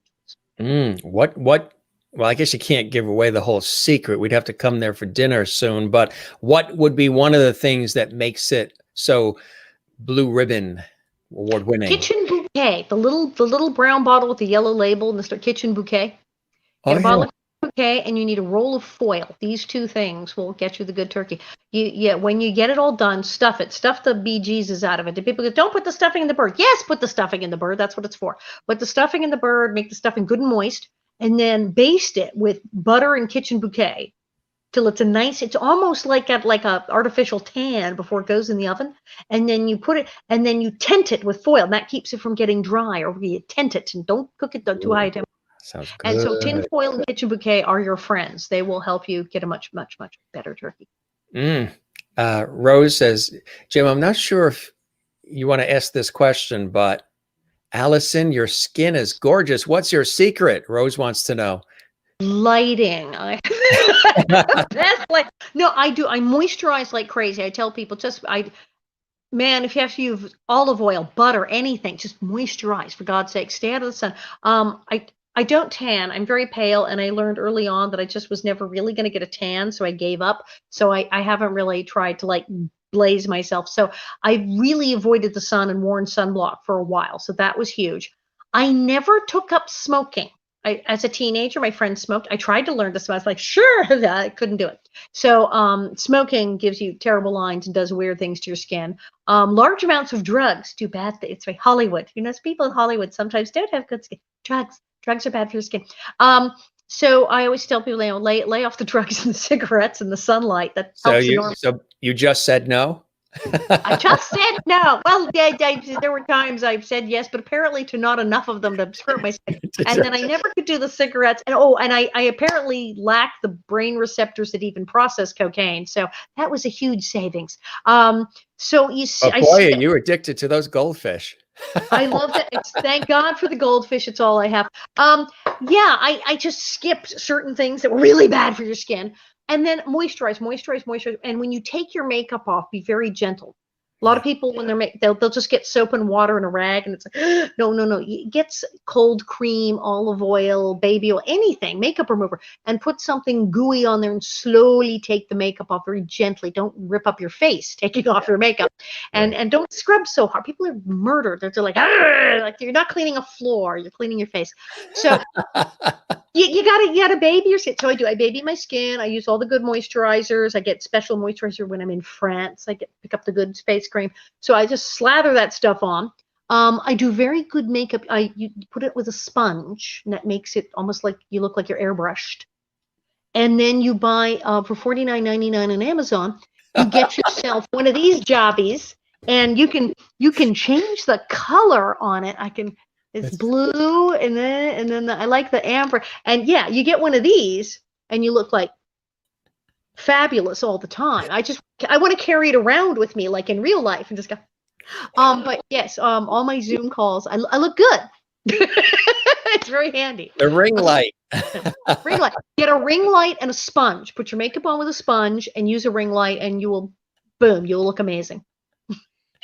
And you had more hair and makeup crews and lighting directors and all that out on the prairie, and now at home it's a ring light and a sponge. It's funny. But I watched those makeup men. We had Marilyn Monroe's makeup man on Little House on the Prairie. Did you really? We had Whitey Allen Snyder, who was Marilyn Monroe's makeup man. And then we had Larry Germain, who'd been Betty Davis's hairdresser. And then Gladys had worked with Marilyn, Betty Davis, Joan Crawford, Linda Darnell, all the stars. So we had these hair and makeup people work with stars. They're really good. So I'm sitting there, you got Marilyn's makeup man. You pay attention to what he's doing. Yeah. You take notes, and then when you're doing your own makeup, you go, maybe, and yeah. But it seems like that's what you've done all your life since the beginning. You watched, you observed, you paid attention to every aspect of everything, and that has paid dividends in beautiful ways for you. That sometimes is a big thing. Yeah, paying attention. That's something. It's like what should I do? Well, first of all, the more attention you pay, the less like bored you are, because then you see the little interesting things that are happening.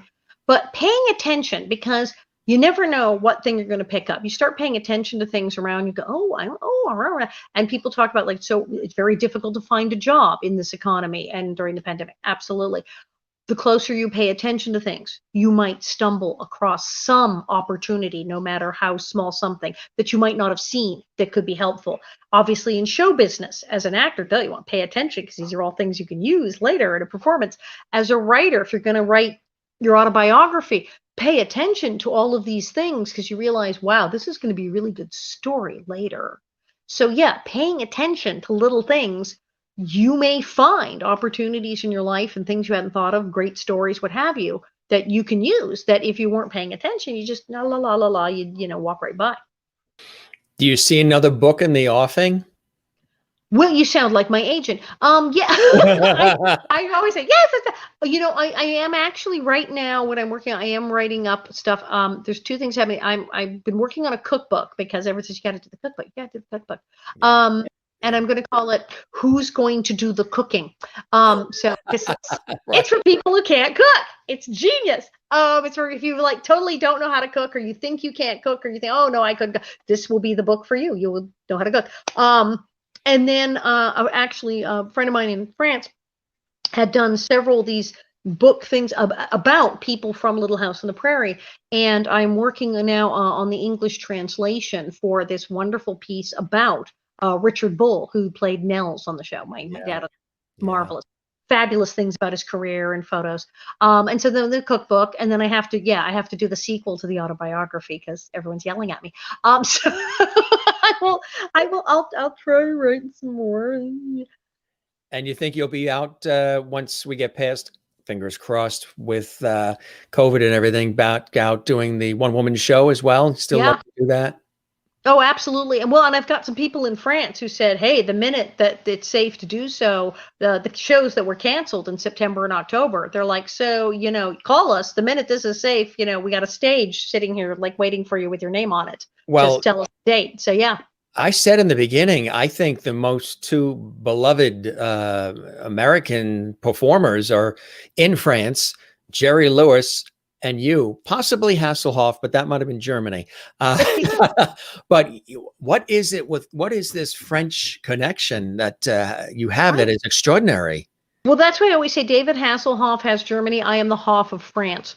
Um, I I started going to France. I had never been to France. I hadn't been to Europe. It was 2002, and I went to France to be on a talk show, and it was a big hit. And I didn't speak any French. I had the thing in my ear, but I get there, and they're like obsessed. I thought, well, I knew the French watched the show, and I got fan mail from there. But I get there, and they're singing the theme song. There are no words to the theme song to Little House in the and I get there and these people sitting in the talk show audience are going la la la la la la. La, la, They're la, obsessed. la. It's like a cult. And then I find out they're really into this show and they love Nellie Oleson. They think, oh, Nellie, she is misunderstood. She's a child without a smile. No, and I'm like, wait, they're like saying that I should be forgiven. They love it. Wait, this is crazy. And so I find out there's this whole thing going on. What happened is Little House started rerunning in France much earlier than normal. Like usually be like, oh, the show was on the 70s, so they got it in the 80s. No, it was still the 70s, like 77. They started getting it. There were 3 channels in France, 3 channels. And they ran it every day at lunchtime. So at lunchtime, what do French people do? Traditionally, French people go home for lunch. Mm-hmm. Some still do. In smaller towns, they still do. Children come home from school, parents come home from work, and they have lunch. They still do that. In the big cities in Paris, some people will stay there, but they'll go watch TV in the break room like we would watch the soap operas, and they had Little House on the Prairie on. So people then all went home. The entire nation stopped what they were doing and went home for lunch and turned on the TV, and there was the news and Little House on the Prairie. So they had the kids, and they watched Little House on the Prairie.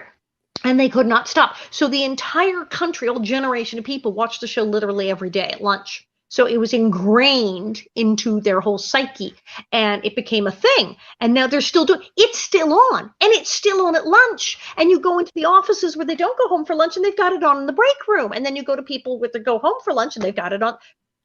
It's kind of mind blowing. The DVDs actually came out in France before they came out in the US. Wow. It's dubbed into every language in the world. I met the woman who dubbed my voice. I met her, Jane Viles, a lovely lady. If you're walking through the park with 3 or more French people and you pass a meadow and flowers, one of them will scream, I am baby Carrie, and run and fall down. They have like every episode memorized. They are obsessed. I was floored. I was like, I don't believe this is happening. All these Frenchmen and different ages, like here at certain ages, it's more women, maybe not as young people. So if you're over a certain age, no, the guys don't want. No, men watch Little House in France. Teenagers watch Little House. You'll meet teenage boys and they'll tell you how they've seen every episode. And you're like, the heck is going on in this place? Yeah. France loves Little House on the Prairie. La Petite Maison dans la Prairie. So that means you have lifetime admission to the Eiffel Tower whenever you want it? Basically, yes. It's you should. It's very funny when I get a table in the restaurant. I was with a friend and I said, no, we can go to this restaurant. And it's like, oh, well, we're very full. And like 5 minutes later, the manager comes in. Oh, I'm so sorry, Madame Arngrim. We did not, you're here right this way. My friend was like, I'm like, Nellie Oleson. Yes. Okay.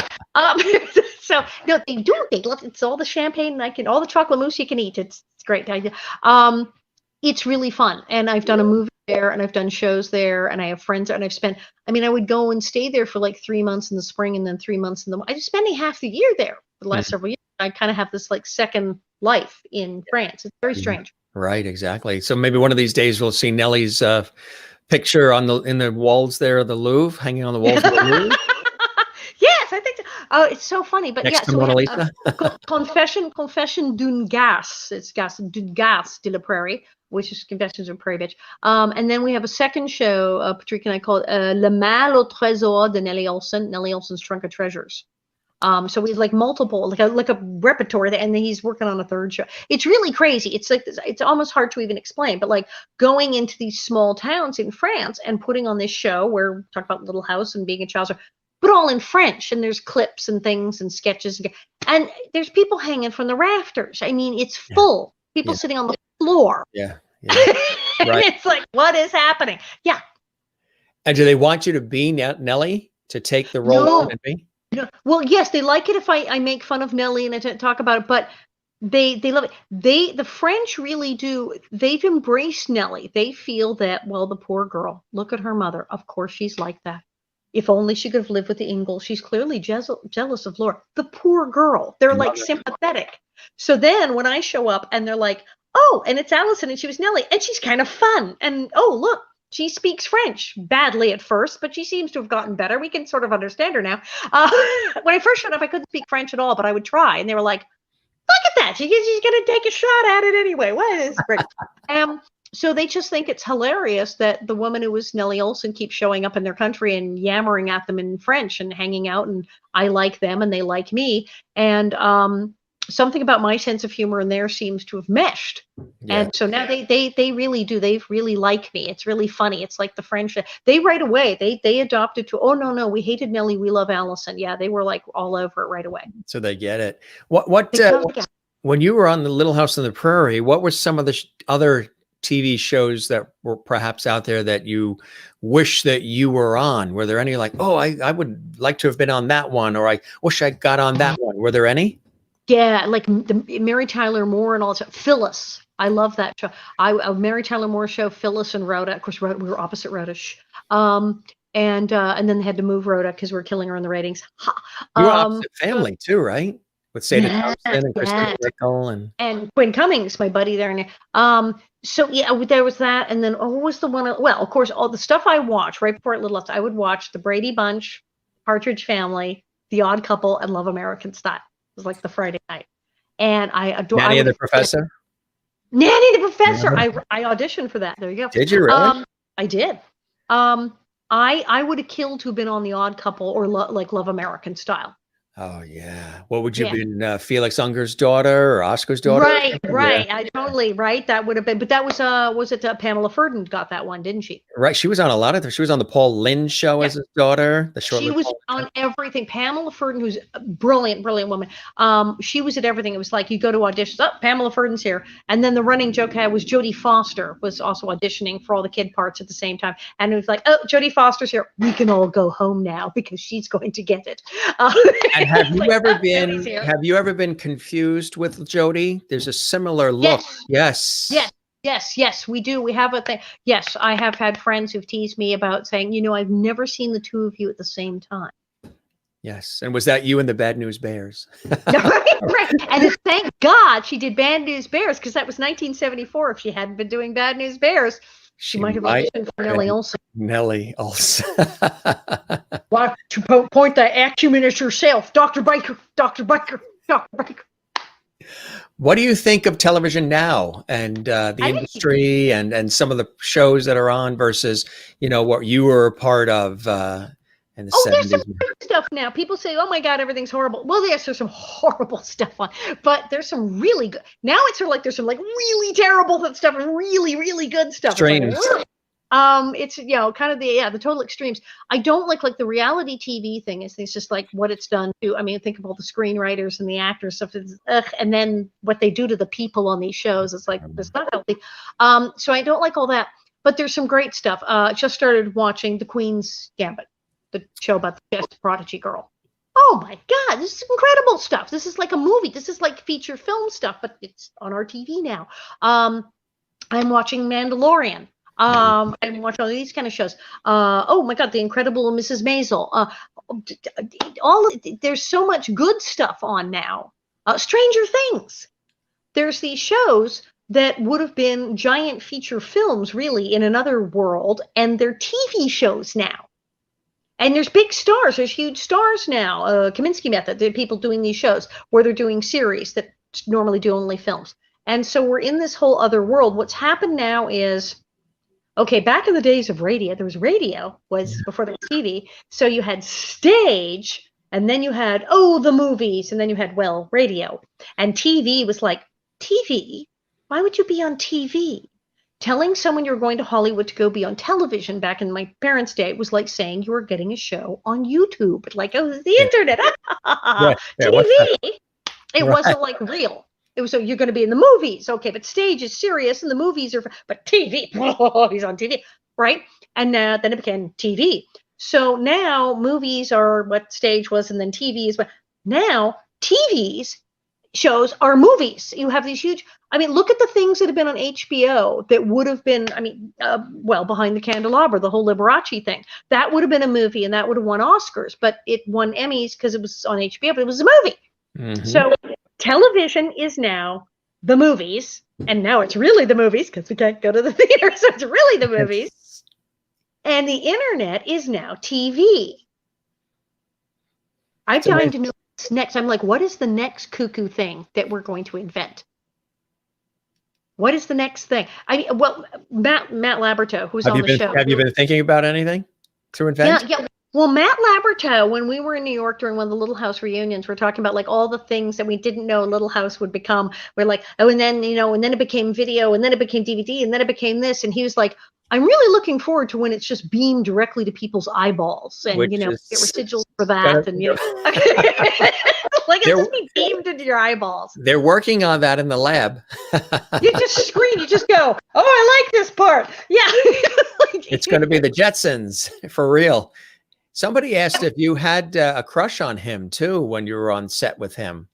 Matt was so much younger than me. Yeah, he was a little kid. We Melissa and I used to throw him in trash cans and things and play tricks and like lock him in closets and stuff. Like, we would wrestle with it. No, he was like the little adorable baby brother you could put in your purse. He has grown up to be an extraordinarily handsome man. He still looks the same. He looks the same. He's so just the same, yeah. He's not particularly tall, so he's like, oh, look at you. Still want to like grab him and stick him in your purse. He's like still this like, cute little guy. No, I had a crush. I had crushes on the crew. Notorious for having crushes on the crew because they were so like macho dudes up on ladders, toothpick hanging out of their mouth. And famously, of course, I had a crush on Rodimus, the guy who played John Jr., who gets adopted by Mr. Edward. Oh, I thought he was just it. And we went to the same high school, which was crazy. He was a great headmaster. So we're both going to Hollywood High and working on the show. So I was like following him around at school. Now it's like hilarious. We both like are old, married to people, and he lives in France. And we laugh about that. And he's like, yeah, I probably should have gone out with you. I don't know what I was thinking. But it's like, so we talk about when we're in high school and I was like bringing him presents. Going, hi. Did you get to be on game shows too over the years? I am queen of the game shows. I was on all I didn't get to be on Pyramid. I was like, Pyramid. Match Game? Yes, Match Game Hollywood. They did a combo, Match Game Hollywood Squares, and they're rerunning it all that game show network, right, and everything. And so it's on like all the time now. I did Match Game Hollywood Squares. I did Crosswits. I did Dumpers. I was on everything. I did all the game shows and I was really good at it. I got people trips to Hawaii and dishwashers and cars. Awesome. That is fantastic. So are you working on some other projects right now as well as we try to get through all of this? I've been saying on the show that I'm sort of hoping that when we come out of this and rise from the ashes of this, the economic situation and the COVID and the civil unrest and the election that's still, it's a reality show that is being dragged out. It's going to be a while, and it's going to take a while to recover. And also for a lot of the people who weren't able to work and are home, and some people at home have just said, well, screw it, I'm going to wear my jammies and I'm not putting on makeup or anything. What happens a year from now when they say, okay, Ollie oxen free, come on back to work, and it's like, gotta get dressed. It's going to be a really hard transition for a lot of people. That's going to be rough. I've been getting made up and doing my hair and I have on pants. I totally have on pants and shoes and everything. Like I had someone during my reading say that they were in France, said, Nellie, have you pants today? I said, yes. And folks, don't write in, have her tilt the camera down, please. No, I get dressed like a person and stuff and everything, even if I'm not going anywhere, because like you gotta. No, this has been devastating. It's a worldwide pandemic. It's been 100 years ago was the last time anything like this happened on this scale, and it's been devastating. And then as my husband and I say, because we worked in AIDS, he was at the hotline. He was the director of the hotline. We say, well, at least it's not our first plague. we have some idea of how to wrap our minds around this. But this is it's airborne. It's devastating. And it's been devastating economically and psychologically, as well as physically, the number of people who've died and who are sick, and with long haulers, the people who get it and stay and keep having relapses, getting sick for months. There's people who are going to have permanent disabilities. Have you been staying home pretty much and staying safe and masking up and doing everything? Generally, I'm here. There's the post office and the grocery store. I had the outing for the movie, but they flew me out. There was no one in my row. I was masked. I was tested repeatedly through the whole thing, and we were all isolated. It was like camera crews like over there. And so we did it. We are in this house super duper masky, wash the hands, sanitize, crates of sanitizer. My husband goes to an office where the general public aren't coming in. He goes and they're all masked and distanced, and nobody comes in from the outside except those people who work there, like this many people. So yeah, we are definitely socially distanced and being extraordinarily cautious. We've been to one restaurant in like however many months, and outdoors. We do a lot of takeout. I cook, of course. So yeah, we don't, it's like, well, no. Things that involving crowds, we're like, yeah, no, that's not happening. We're not doing that. And I have the most lovely collection of masks because I have friends who make things who are very crafty and then my fans make me things. I have the most gorgeous selection of masks. So I have no problem. It's like, well, which one would I like to wear today?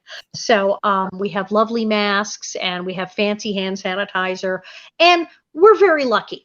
We have a nice house to be in. I have a good internet connection. I can cook. And my husband has a job that got declared essential because it's infrastructure and construction. Yeah. So we are like, whoo! So we're really super, super, super lucky. I have friends not so lucky. But I've taken food to people. I have a friend whose laundry, who his wash is in right now. He can't go anywhere, so I'm doing his laundry. So, you know, it's Nellie certainly wouldn't have done that. No, not at all. And we've had friends who've been quite sick, and a couple who are still having headaches and symptoms. And we've had friends who've lost family members. It's bad, and it is bad. And that's the thing, is you have to just go, yes, this is horrible. This is completely horrible.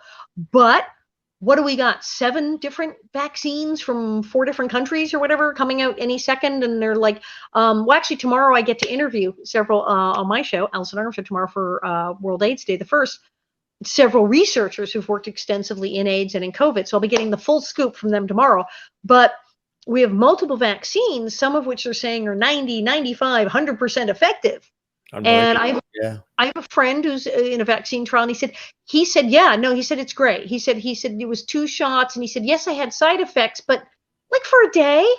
It's no, it was okay. Yeah. So obviously it's like, you know, everyone's panic stricken, like, okay, we haven't been doing this that long. Did they get the bugs out? Should we wait and like see how it goes? But they have been testing thousands and thousands of people. They've had a placebo group and another group, and you know, they initially do tests where they look to see, does anyone get horribly sick from it? And they didn't. So like, yay. We have progress is being made. It's not just this country. Scientists in multiple, you can go on Twitter and follow the scientists. Scientists in many, many different countries are working round the clock to find the vaccine, a cure, a treatment, everything. And they are making progress. They're going at just incredible speed and incredible dedication to it. And in so many different countries, the stuff that's going on in Europe and all over the world, the research that's happening. And a lot of the research that was done during the AIDS pandemic, the height of the AIDS pandemic, is influencing this. A lot of the stuff that they're finding out of how to fight COVID is because of the things that we learned from AIDS. So there is progress being made. So I am hopeful when I read, you know, the Journal of American Medicine, when I read the Lancet, when I read the reports from actual scientists who are working on this, I go, okay, they stay calm. They are working on it. It looks like they will get something on this. Right, exactly. Which is it's a beautiful thing, and I hope also that you know, we return to, or maybe not even return to, we go to a sense of more empathy, kindness. Everybody was saying before all of this, what happened to all the nice people, the good people, the friendly people? Where'd they all go? They were complaining about that. And everybody was saying, gee, you know, everybody has their head stuck on the cell phone and everybody's stuck on social media. We were already social distancing before we had to social distance, right? Because everything was stuck in the cell phones and social media. And people were like, you know, road rage and all the stuff that's going on. And now now we have an opportunity. Well, that hair is cool. No matter what you do with Do you like it, it? I do it this. bounces Ooh, back. I It's kind of like very that. like And I think I'll do that one. Yeah. Dorothy But Hamill. And right, we're getting separated. Now we're in this horrible situation, and in many places, people are pulling together. People are helping each other. I right. know with my friends, yes, people are helping each other. We're like, yeah, okay, what do you need? So people are helping each other, and there are people who are doing wonderful things and trying to help other people. And I'm hoping that more of that comes out among people, that trying to raise each other up, trying to protect each other, trying to help one another, that we continue that theme. That would be good. Have you ever thought of, and have you done any teaching, whether it's teaching acting or whatever within the industry, No, mentoring and I teaching haven't. I've others? done, I mean, during AIDS, the early AIDS pandemic, I did a lot of stuff with the workshops, not only to say for sex work, but like workshops about how the virus isn't transmitted, how to help your friends, surviving AIDS. My friends who are long-term AIDS survivors, just general workshops about it. So there was a lot of teaching there because of the hotline and the speakers bureau and going out and doing that. With the Coach the World thing, mostly it's been people who just want to like shoot the breeze with Nellie Oleson for 15 minutes. So it's like that. But there is a thing, Coach the World. And some of the people on the Coach the World app absolutely are coaches, and you can sign up and be taught something for 15 minutes or half an hour or whatever. And others are actors. You can just chat with them. But by all means, there are people who are like, well, I'm writing a book and I'm writing my autobiography. What are some tips on that? I'm an actor and I have to play a villain and I haven't played anyone horrible before. What should I do? So yes, no, I'm full of advice. And full of vim and vigor and zest, passion, love of life, and so much more, Alison. You really are a delight. And the bevy of comments that have been coming in from Facebook, from YouTube, from everywhere, from literally all around the world, from our lovety viewers who've welcomed you truly as a lovety, my friend. And I hope we get a chance to meet in person and break bread. That would be absolutely a true delight. You really are. You're very amazing, and I love your quick wit, and I like the fact that it's a conversation, not an interview. It's a chat, it's a conversation, and I like to create a warm and inviting atmosphere. And I really hope that this show met your expectations and you enjoyed your time with me as much as I certainly have with you, my friend. Oh, it's very festive. The little balloon things you have on the background and the little set you're on, and with the comments, I feel like I'm at a party. Thank you. You certainly are. Absolutely. Lots of levity. And here's some comments coming in here. Thank you so much, Alison, for your stories and the fun. Stay safe, stay well. That is from Bernadette Vidal. Kathleen Walker says, love your personality and positivity, a true levity. Rose, who was asking about your beautiful skin. She said she scrubs hers a little too long. Don't scrub it too hard. Don't. Have a very Merry Christmas, Happy Hanukkah, Happy Kwanzaa, Happy Holiday Season to all, Healthy New Year. Jennifer Barry in Allentown, Pennsylvania says, I love Alison for herself. Alison. Sue says she is so positive and amazing. Yeah, absolutely. That's what you get a chance to see here on the show, people for who they really are. And she's amazing. Renee in Iowa says, Alison, you're so sweet. The total opposite of Nellie. Right? That was wonderful, Alison. Thank you. From Mary Bishop in Florida. Sharon says, a brilliant, smart, and fun lady. Thank you, Nellie. Thank you. You probably hear that. People do call you Nellie, right? And I answer at this point. People go, Nellie, I go, yes. And they go, oh my God, I called you Nellie. And I was like, yeah, and I just answered, which is even crazier. Well, I say, you can call me James, you can call me Jim, you can call me Jimmy. Just don't call me late for supper. Right. Yeah, that's where I am. So glad to see how good your life is. You have such a wonderful attitude. Thank you for sharing your stories. Really beautiful comments from everybody. Anne says, thank you, Alison, for this awesome evening. Happy holidays and be safe. Love you, Alison. Please stay safe. There you go. There, I can read the comments now. Yeah. There you go. From Irish 43 and really beautiful comments, and happy holidays to you and yours, Alison. And are you staying close to home for these holidays with everything going on? Well, we're going to see if we maybe make the great journey to see Bob's relatives, but they've said, well, if we get there, then that's it. Then we sit in the house with them and quarantining. They're talking about board games. Yeah. That's because it's like, oh yeah, well we go there and then we're gonna go here and then we're gonna here and then we go to the mall. No, we're not. No. So I guess that means that with social distancing, Twister is out. You won't be playing Twister? Twister is out. Twister's right out. But Where yeah, are- all the stuff you normally do at Christmas. Oh, we'll go to the big church thing. We'll go to the mall. We'll do the shopping. Then we'll go to the restaurant thing, and then we'll go to the movie thing. We're like, yeah, they're not doing any of this. Not We're not doing any of because that. they were like, well, you can come, but nobody's going anywhere. You'll be in the house with the doors. Like, that sounds good. That sounds good. Yeah. That's going to be it. That's going to be it. Is his family in California? No, that's the thing. It'll be a trek if we, yeah, but we're so far, so good. If the creek don't rise, but then, as I said, then it'll be lockdown Christmas. That's what it is. That's what it is. Kathy Short says, this has been a great evening. I loved listening to your life story. Rose says, a true actress. You made us think you were Nellie when in fact you're adorable, Alison. Oh, thank you. Maureen says, this evening has been delightful. Sue says, thank you, Jim and Alison, for a great, fun show. Absolutely. It is our pleasure. Really cool stuff. And I truly toast you, as does George Burns. George Burns toasts you as well. And Jeannie and Gilligan and all the rest.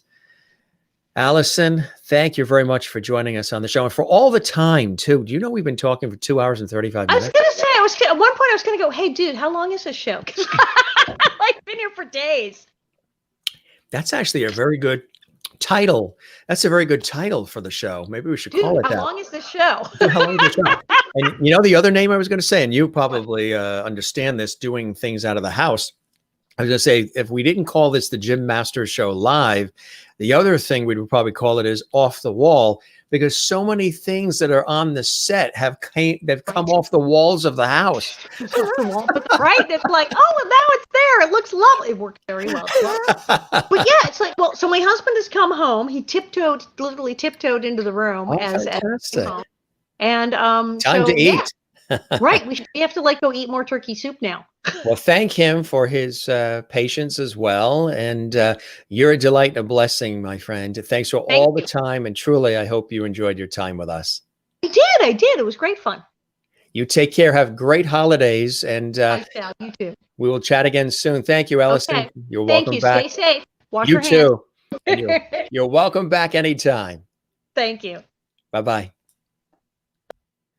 The amazing Alison Arngrim, our very special guest here on the Jim Masters Show Live, an extended conversation, and we certainly hope you enjoyed it. And obviously from the comments coming in here, you guys are truly amazing. And thanks for enjoying it with us as well. We appreciate it. She was live and direct. Some of you had asked, is she in California? Yes, she lives in California, just north of Los Angeles, she was explaining, south of Santa Clarita, north of LA proper. Thank you. I appreciate all these comments. A lot of fun, wonderful person, a true talent, and an amazing person. Great as Nellie Oleson, of course, but so much more than Nellie Oleson. And we really, really enjoyed so many great, cool stories, too, on set and about her life. Thank you very much, Renee. We appreciate that. And and a rousing game of charades in the offing. Absolutely. Well, I think a lot of people are going to be doing that over the holidays. Thank you, Jim. Great show. Rose, it's so good to see you. I miss you, my friend. Hopefully we will, when we're past all of this, get together. And we're here every night, Rose, 7 p.m. Eastern, 4 p.m. Pacific. And Dwight says, Jim is so hot looking with that fab hair. Thank you very much. You know, I've been trying to control it because the sides, I haven't had it cut since March. And usually it's short, like that guy there, yours truly. And if I take these headphones off, it's a lot longer and but it's kind of cool. And I was doing a PBS television shoot for some of the Christmas specials that are actually airing right now on public television. And we were in the studio, socially distanced. We had masks on, the whole bit. And I had the hair and they're like, oh my God, we love it. Keep it. So we've been keeping it for a while. And we'll take a look at a couple more comments. I just want to let you know there are some amazing guests that are coming up. Tomorrow we have the amazing Manhattan musical duo of Michelle and Marty. They are going to be here tomorrow night live. We're really excited about that. They're going to perform live. It's going to be awesome. Then we have the brilliant producer, award-winning producer, Jerry Goring. He's going to be here on Wednesday. And then on Thursday, the sensational actress and performer Sharon McKnight is going to be here as well. And then music legend Holly the Maxwell is going to be with us, and she's worked with them all. And she's going to be with us on Friday. These are all 7 p.m. Eastern, 4 p.m. Pacific, live on the Jim Masters Show live on YouTube at Jim Masters TV and Facebook Jim Masters TV on our Entertainment Lifestyle Talk Show series. Then on Saturday at 3 p.m. Eastern, noon Pacific, 8 p.m. Greenwich Mean Time. So that's Ireland, Scotland, and England. The very popular Irish band Corner Boy are going to be here live and direct from Ireland. And yes, they are going to perform live. I was chatting with them today as we're getting ready for the show. They're going to perform live. That's this Saturday on the Jim Masters Show live. Then Saturday night, we're actually doing 2 live shows. It's unbelievable. 2 live shows on Saturday. This is brilliant 2-time Grammy-winning producer, songwriter, and performer Dennis Scott. He is with us live coming up this Saturday at 7 p.m. Eastern, 4 p.m. Pacific. On Sunday, Roy Buckley. He's an amazing, very popular songwriter, singer, musician, and so much more. He'll be live and direct from Ireland, 3 p.m. Eastern, noon Pacific, right here on the Jim Masters Show live. So we have a bevy of guests from all different backgrounds, all walks of life that are coming up. On December 12th, Keith Harkin, who used to be with Celtic Thunder, now he has his own brilliant career, musician, singer, songwriter, originally from Ireland, lives in LA, but right now is in Portugal with his wife and daughter. He's here, 3 p.m. Eastern, noon Pacific. That's 8 p.m. in Ireland, Scotland, and England. Keith Harkin will be here. Darren Holden, who was in Riverdance and is also with the High Kings, and he has a brilliant career as well as a singer, songwriter, musician. He's going to be with us in December as well, and so many more people. We thank very much the talented, warm, and wonderful and witty Alison Arngrim for joining us here exclusively on the Jim Masters Show live. She was a true delight. And of course, talking about the beloved television series, Little House on the Prairie. Don't you love that shot? She really does. I mean, her eyes, she looks the same in so many different ways. But of course, she's a sweetheart. Another cool shot here too. Look at that shot. Isn't that wonderful? And of course, the then and now shot.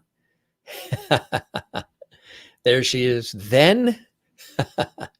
And there she is now.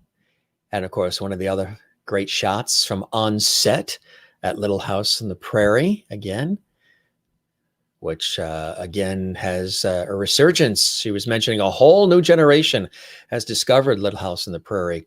Want to let you know as well, previously on the show, if you're into television classic shows, Glenn Scarpelli was here about 2 weeks ago from One Day at a Time, a dear friend, and can't wait to head out to Sedona to see him soon. We might be even doing something together, which would be cool. And also Stan Livingston, who was Chip Douglas, My Three Sons, that legendary series. His episode is on our YouTube channel at Jim Masters TV. Loved having him here.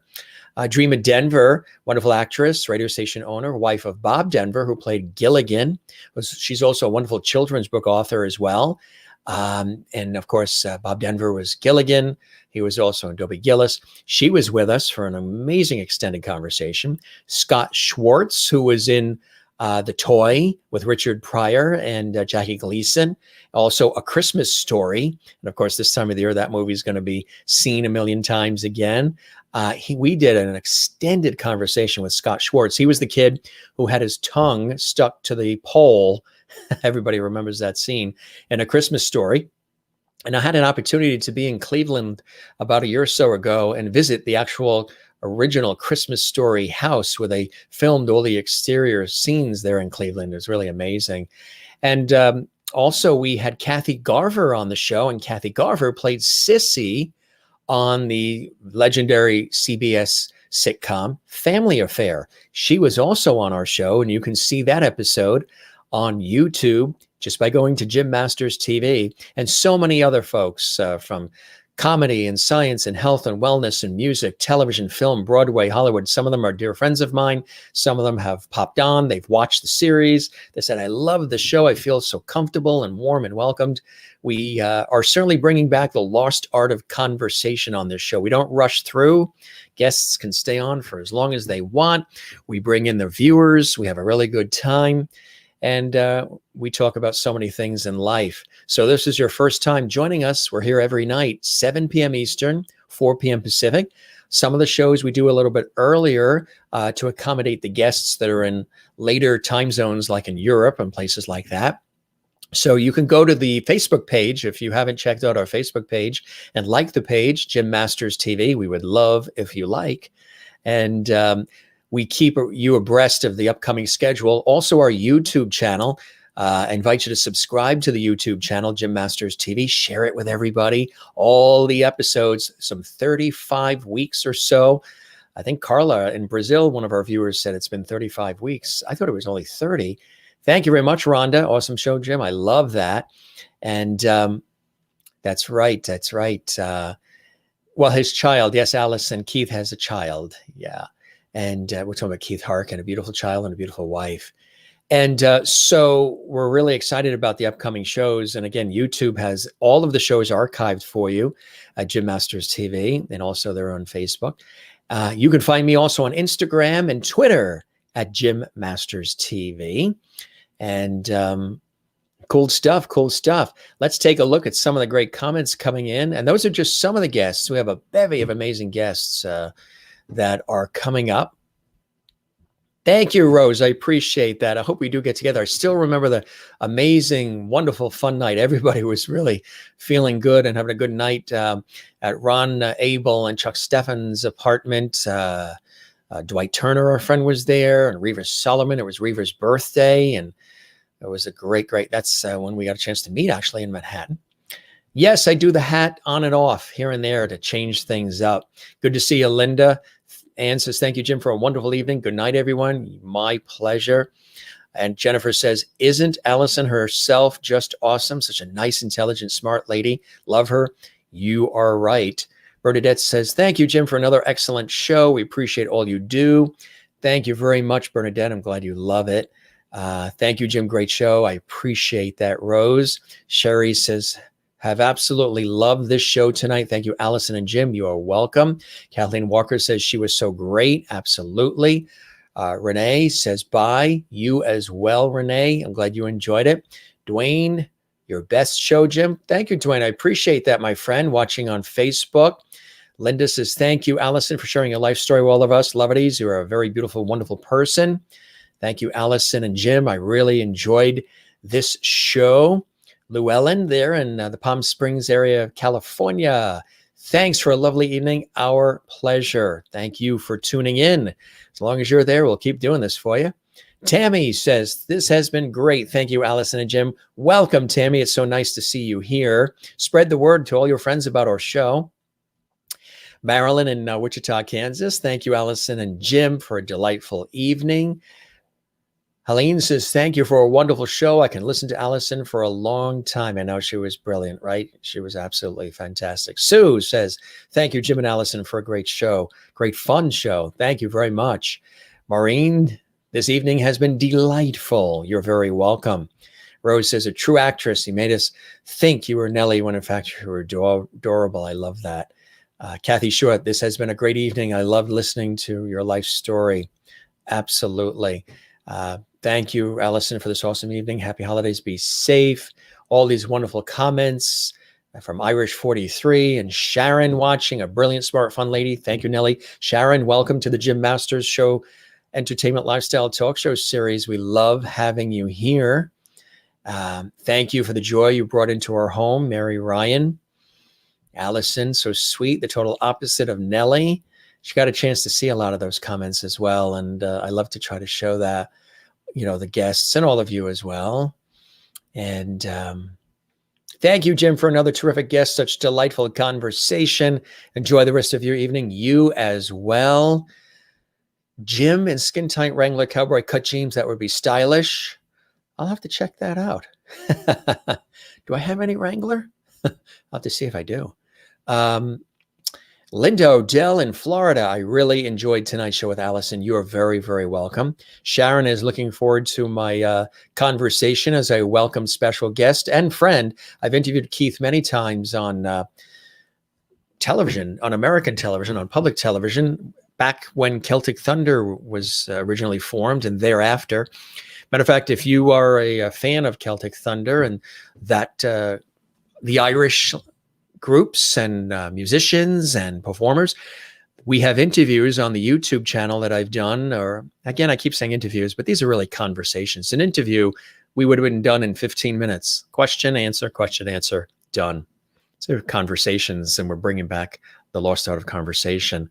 You can see the conversations I've had on this Entertainment Lifestyle Talk Show series. You can see them on YouTube with Ryan Kelly, Damian McGinty, as well as Chloe Agnew, originally with Celtic Woman, Mairead Nesbitt from Celtic Woman.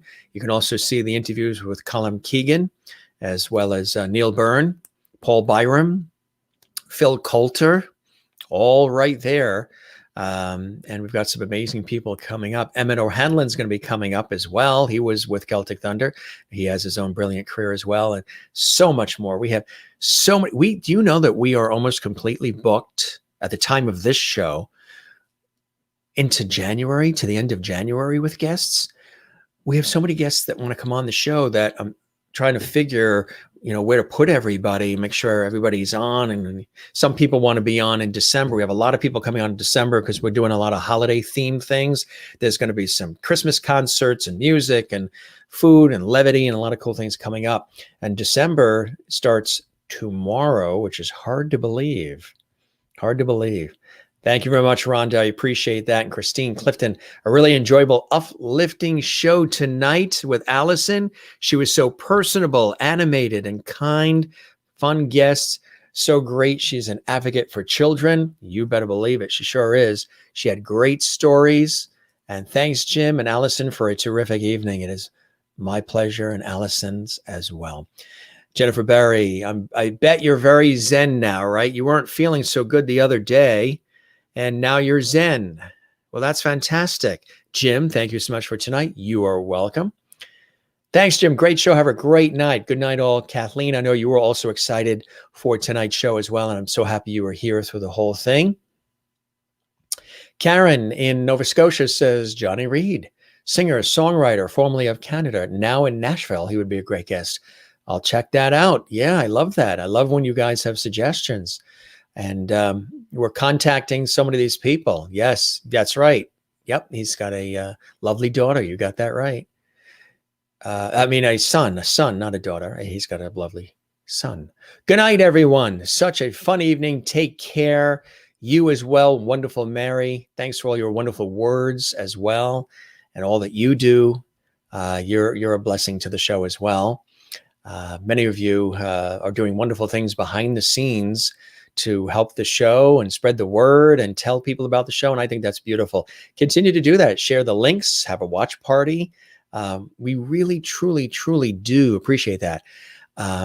What we aim for here is positivity, inspiration, respect, kindness, empathy, fun, all the things that seem to be missing in other aspects of life. And we're so glad you're touched by the show and you enjoyed as much as you expressed to me live on air, and so much behind the scenes too. You guys are truly a blessing. Good night, everyone. Please stay safe, stay well. God bless. We'll be here 7 p.m. Eastern, 4 p.m. Pacific tomorrow with our very special guests. Night of music tomorrow. Good night, Jim. Thank you for reading it right and all you bring to us. Thank you very much for that. I really appreciate that. From Marilyn. More comments coming in. You love your Irish lads. Yes, Ryan Kelly. I think you saw that interview I did, or the conversation, right? It's on the YouTube channel. Danilo in San Diego. Good night to all lovelies. Have a safe and blessed night. You as well, my friend. Thank you, Jim and Allison, for a wonderful night. Jennifer, you as well. Continue to invite your friends to join us here on the show. Absolutely. And good night, Mr. Lovely. Good night, lovelies. Love you all. We love you back, Linda in St. Augustine, beautiful St. Augustine. Bernadette says, proud to be a supporter and spread the word. Thank you very much, Bernadette. You've been doing that, and I really, really appreciate that. Tell everybody, spread the word. Tell them about our shows on YouTube and Facebook. And that's how this show continues to grow. We've been doing it some 35 weeks, well over 200 shows almost every single day. We've got double episodes coming up this Saturday. We have 2 shows, one at 3 p.m. with the Irish band Corner Boy, and then another one at 7 p.m. with 2-time Grammy-winning songwriter, performer, and producer Dennis Scott at 7 p.m. So we got a lot of work cut out for us here on the Jim Master Show Live. And then my professional work on radio and television is quite busy right now, too. So it's a little bit of a juggling act, but you do what you love. Just like what Allison was saying, a lot of our guests have similar themes to what they say. You know that? It's all good, positive, cool stuff. We love it. Discovered your show through your interviews with our wonderful Celtic lads watching from Michigan in the hometown of Sean Wiley. That's right. Sean Wiley as well, who I interviewed on our show. I interviewed him many times on public television with Under the Street Lamp. And you can see that full interview on YouTube at Jim Masters TV with Sean Wiley when he was our guest in the summertime. And also Cuneo. Cuneo used to be with Under the Street Lamp as well. We had a cool interview. He was in his New York City apartment, and it was a very relaxed interview. And we chatted for quite some time, and it was really cool. So you can see Cuneo, Michael Cuneo, goes by Cuneo. He used to be with Under the Street Lamp, very popular group, many specials on public television. And good to see you, Sharon. And I'm so glad that you're here. Jim, yes, Jen is Zen tonight, feeling much better. I'm glad you're feeling better. That's really, really good. I'm glad Renee's dad is doing well, and you guys are okay. And Linda, I'm glad that you're in good spirits now. I have 2 friends who tune into your show now, Jim. Karen, thank you very much. I appreciate that. That is awesome. Yes, we are working on hats, shirts, mugs. You guys have really been asking for a lot of Lovely material and Jim Masters show material. We're working on all that. We're in the process of having the logo design. So it's going to be cool. We really want it to be right. And you guys are going to love it. Jim is so lovely. Thank you very much, Dwight. I appreciate that. I'd have to agree. I can't shut it off. I can't shut it off. It just flows. It just flows. And let's see some of the other fantastic. Yes, Soraya, that's right. PBS has the repeats of Celtic Thunder shows, Celtic Woman, all last week. You got it. Absolutely. That's where they started, on PBS. And I've been with public television for years. And I also do a lifestyle travel TV series that airs on CBS CW affiliates. I do this show, and then I also anchor Close-Up Television and Radio Daily. My co-host is Doug Llewellyn, who hosts The People's Court. He is my co-host, and we've been doing that for a long time. Close-Up Television TV shoots, and on location and in studio, and then daily radio shows on Close-Up Radio. Good night, lovelies. Be safe and sleep well. See you tomorrow evening. Sherry, thank you for joining us here as well. Always wonderful to see your smiling face. And couple more here, and then we're going to wrap up. Nighty night, Jim, from me and my brother Joe in Virginia Beach, Virginia. Beautiful Virginia. Love that area. Love Williamsburg, too. That's some tunnel you've got, right? That tunnel. One of my friends, she was in the car with me way back. It was actually a girlfriend at that time, way back. And she was in the car, and she got very nervous when we were entering the tunnel that takes you to Virginia Beach, a tunnel that sort of dips down towards the water. I forget the name of that tunnel that approaches the tunnel you take as you're going. I think it's to Virginia Beach, right? It's not Williamsburg. It's to Virginia Beach. It's a very long tunnel. It's not as long as the Chesapeake Bay Bridge Tunnel. That one is something else. You don't want to be somebody that's afraid of bridges or tunnels to go on that one. But the one that says the approach to, it's the way it dips down and you sort of see the water coming at you and then you go into the tunnel. She had a little bit of a, I said, breathe, breathe, breathe. I was driving, fortunately. Just breathe, breathe, breathe. You don't want to make two of us panicky. So you calm down and relax. And yeah, I didn't have this at the time. I wish I did, because I would have had that hanging from the dashboard rearview mirror. And let's take a look, a couple more, and then we will wrap. You guys are the best. You really, really are. Lots of love. And Jim Masters has a good heart. Love his show. Dwight, thank you, man. I appreciate that. You are awesome. You are a true lovity. You really, really are. You know, people have asked for that. We're working on that. Lovity masks. Yes, lovity masks. Would you like that? Would you like lovity masks? Because I have a friend who in New York who's a designer, fashion designer, actually, and she's making masks for charitable purposes too. And do you think we should have some lovity masks? That would be cool. I've thought about that, but a lot of you have been asking for that. Lovity swag. Absolutely.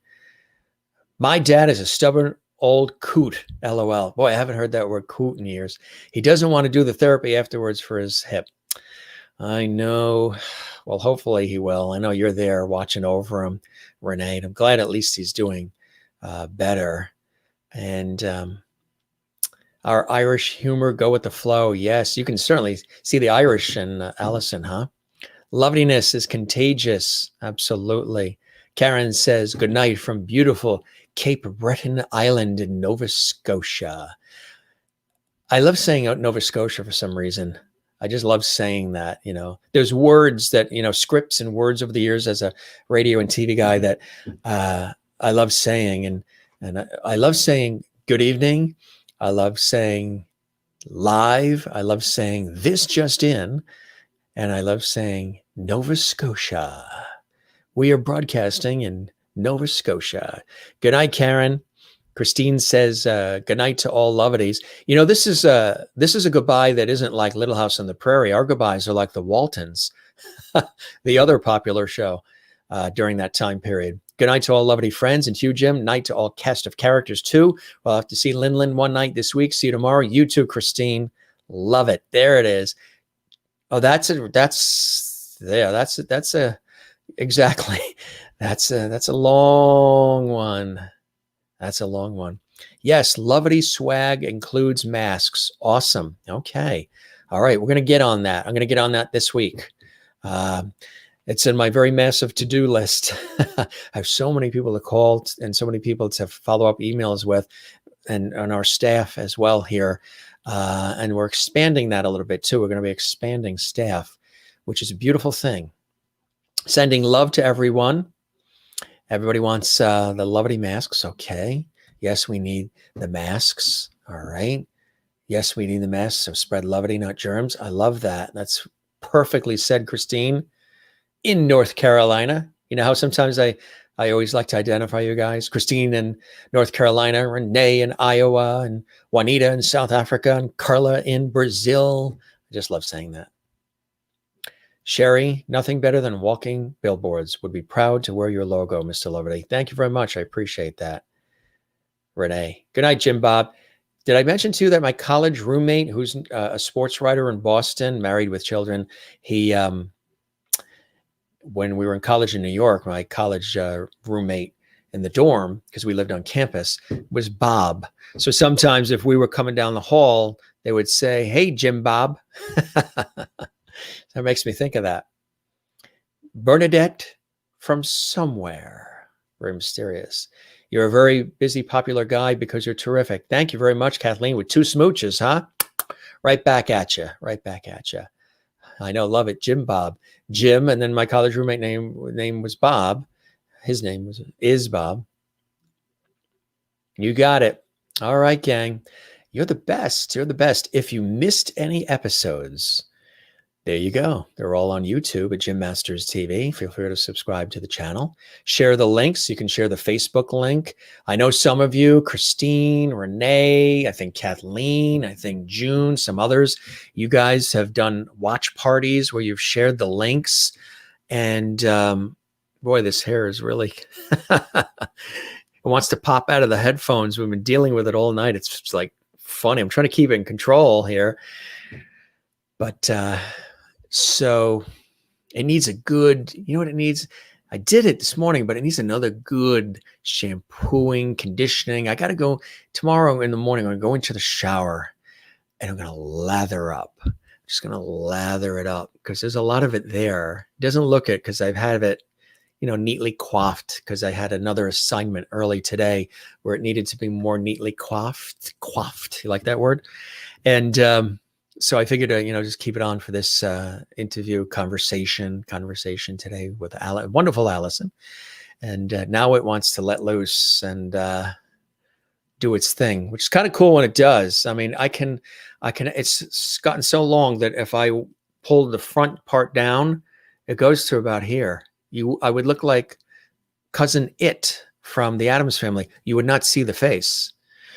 It would look very, how Alison was shaking her hair? Mine would do that, but it would be right about to here.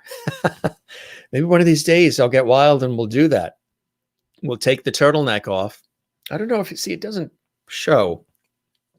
This turtleneck has a design in it, like a crisscross design, and it's blue. And there you can see some design there, but it's actually navy blue, but I'm sure it's coming out black, right? It looks black to you guys. But it's actually navy blue. And I wore one last night that was more of a black. And then, last night I had another one. I like this. I love sweaters this time of the year. Love sweaters. So we're whipping out a lot of the different sweaters. And we'll be getting into our holiday stuff soon. And the set's going to be holiday oriented. But this one is a blue J. Crew turtleneck. A couple of you were asking what I was wearing. I don't know if you can see. See, now you can see the turtleneck.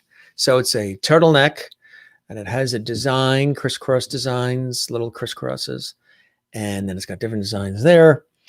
And because some of you were asking about it. And it's actually navy blue, dark navy blue, but it doesn't looks more black the way it looks on the camera. Last night we wore a sort of a deep maroon burgundy one, which was kind of nice. And I think the night before was like a black. So cool stuff. Oh, Jim, lather up. Yes, we will be doing that in the morning. Absolutely. It's long enough for that. I think this is the longest I've ever had it. I mean, it goes down to here, literally. It goes down. Yeah. I mean, you can see it really goes down. Sometimes it's that short, but my hair, based on projects for television and TV shoots and productions and films and different things that I've had an opportunity to work on, my hair changes with the wind. You can probably see that from the pictures on Facebook and everything else. It's been short. It's been lighter. I don't think it's been darker than this. This is, the actual color. What else? It's been flipped that way. It's been flipped that way. It's been back. I remember as a teenager, it was parted in the middle and it was feathered in the back. It was short, really short, almost crew cut-ish, parted on the right side, parted on the left side, everything you could think. So I get bored and I change it up, but sometimes I have to change the hair and the look too. Sometimes I don't have this on. Sometimes I do. I've just been letting that sort of come in during this 6 months that we've been sort of home and everybody's doing what they're doing. And a lot of people like it. A lot of people think, oh, I like that. I know my colleagues on television like it, and public television and elsewhere, they seem to like it. The hat actually keeps it under control when I wear that hat. Looks good on you, Jim. Thank you, Karen. Tess LaBella. Good night. Thank you very much, my wonderful Tess, our fabulous friend. Love having you here. Thanks for the interview, Soraya. Karen likes it long. Thank you very much. Do you pineapple your hair at night? I'm not sure what that is. I don't know what. No, I just, sometimes I'll put a hat on. Let's see if I have any here. You know, like those ski cap hats. I'm wearing a lot of those now too. But what's really funny is because the hair's so long, I'll put that like ski hat on, and then you'll see the hair come out the bottom, and people are coming up to me and they're like, "Do you skateboard?" Because it's got that sort of look. I love the long hair. I don't think I need these anymore. See how long it is? Wow. It's really getting long, my friends. It's a little flatter on this side because of the headphones. And what I did is I threw a little spray in it, hairspray, light hairspray, just to keep it sort of in control, because I wanted it to look nice and neat for tonight's broadcast. Now it wants to let loose. It's trying to like expand. It's trying to like go out to where it should be. This is funny. It's kind of cool, huh? But it is lengthy. It is sort of lengthy. Let's see, maybe I can dip it behind the ear. See, I do have ears. I have my father's ears. Definitely Irish ears. Yep, I do have ears. And remember I told you when I was on a TV shoot, it was a news shoot. One of the things I was able to do, I was able to take it and tuck it behind. See, I've got the turtleneck on, right? Look what happens with the turtleneck. With the turtleneck on, what am I doing? Am I doing a demonstration? Boy, people do videos like this on YouTube and they go viral. I should do a video just on how to take your hair. Like if you work in television or anywhere else you're going on the public, and if you have longer hair and you're a guy, and you got to do something on camera like I had to do the other day, which was in a full suit, which I normally do. And it was for close-up television. It was a television news segment in the studio, social distance, masks on before and after. I had a turtleneck and I was able to sort of mock it a little bit by tucking the hair, and look what happens. The turtleneck, that's better. Yeah, there you go. A little bit more like that. You can see it a little bit better. And the turtleneck holds it in. And now suddenly, because this is all the turtleneck here, suddenly I've got short hair. Is that quite amazing? But then it wants to come out and it wants to get longer, and it's really something else. You guys are funny. I'm reading some of your comments as you got me touching my hair and playing the hair here. I don't do this just for anybody, I should do a good night where I just go like this. Good night, everybody. Thanks for joining us here on the Jim Masters Show live. It was truly a pleasure and an honor. And I don't know, did the lights go out? Did we lose power? I don't really see any of you. However, you know what? We could maybe introduce this as a new cast of character. What would we name this character?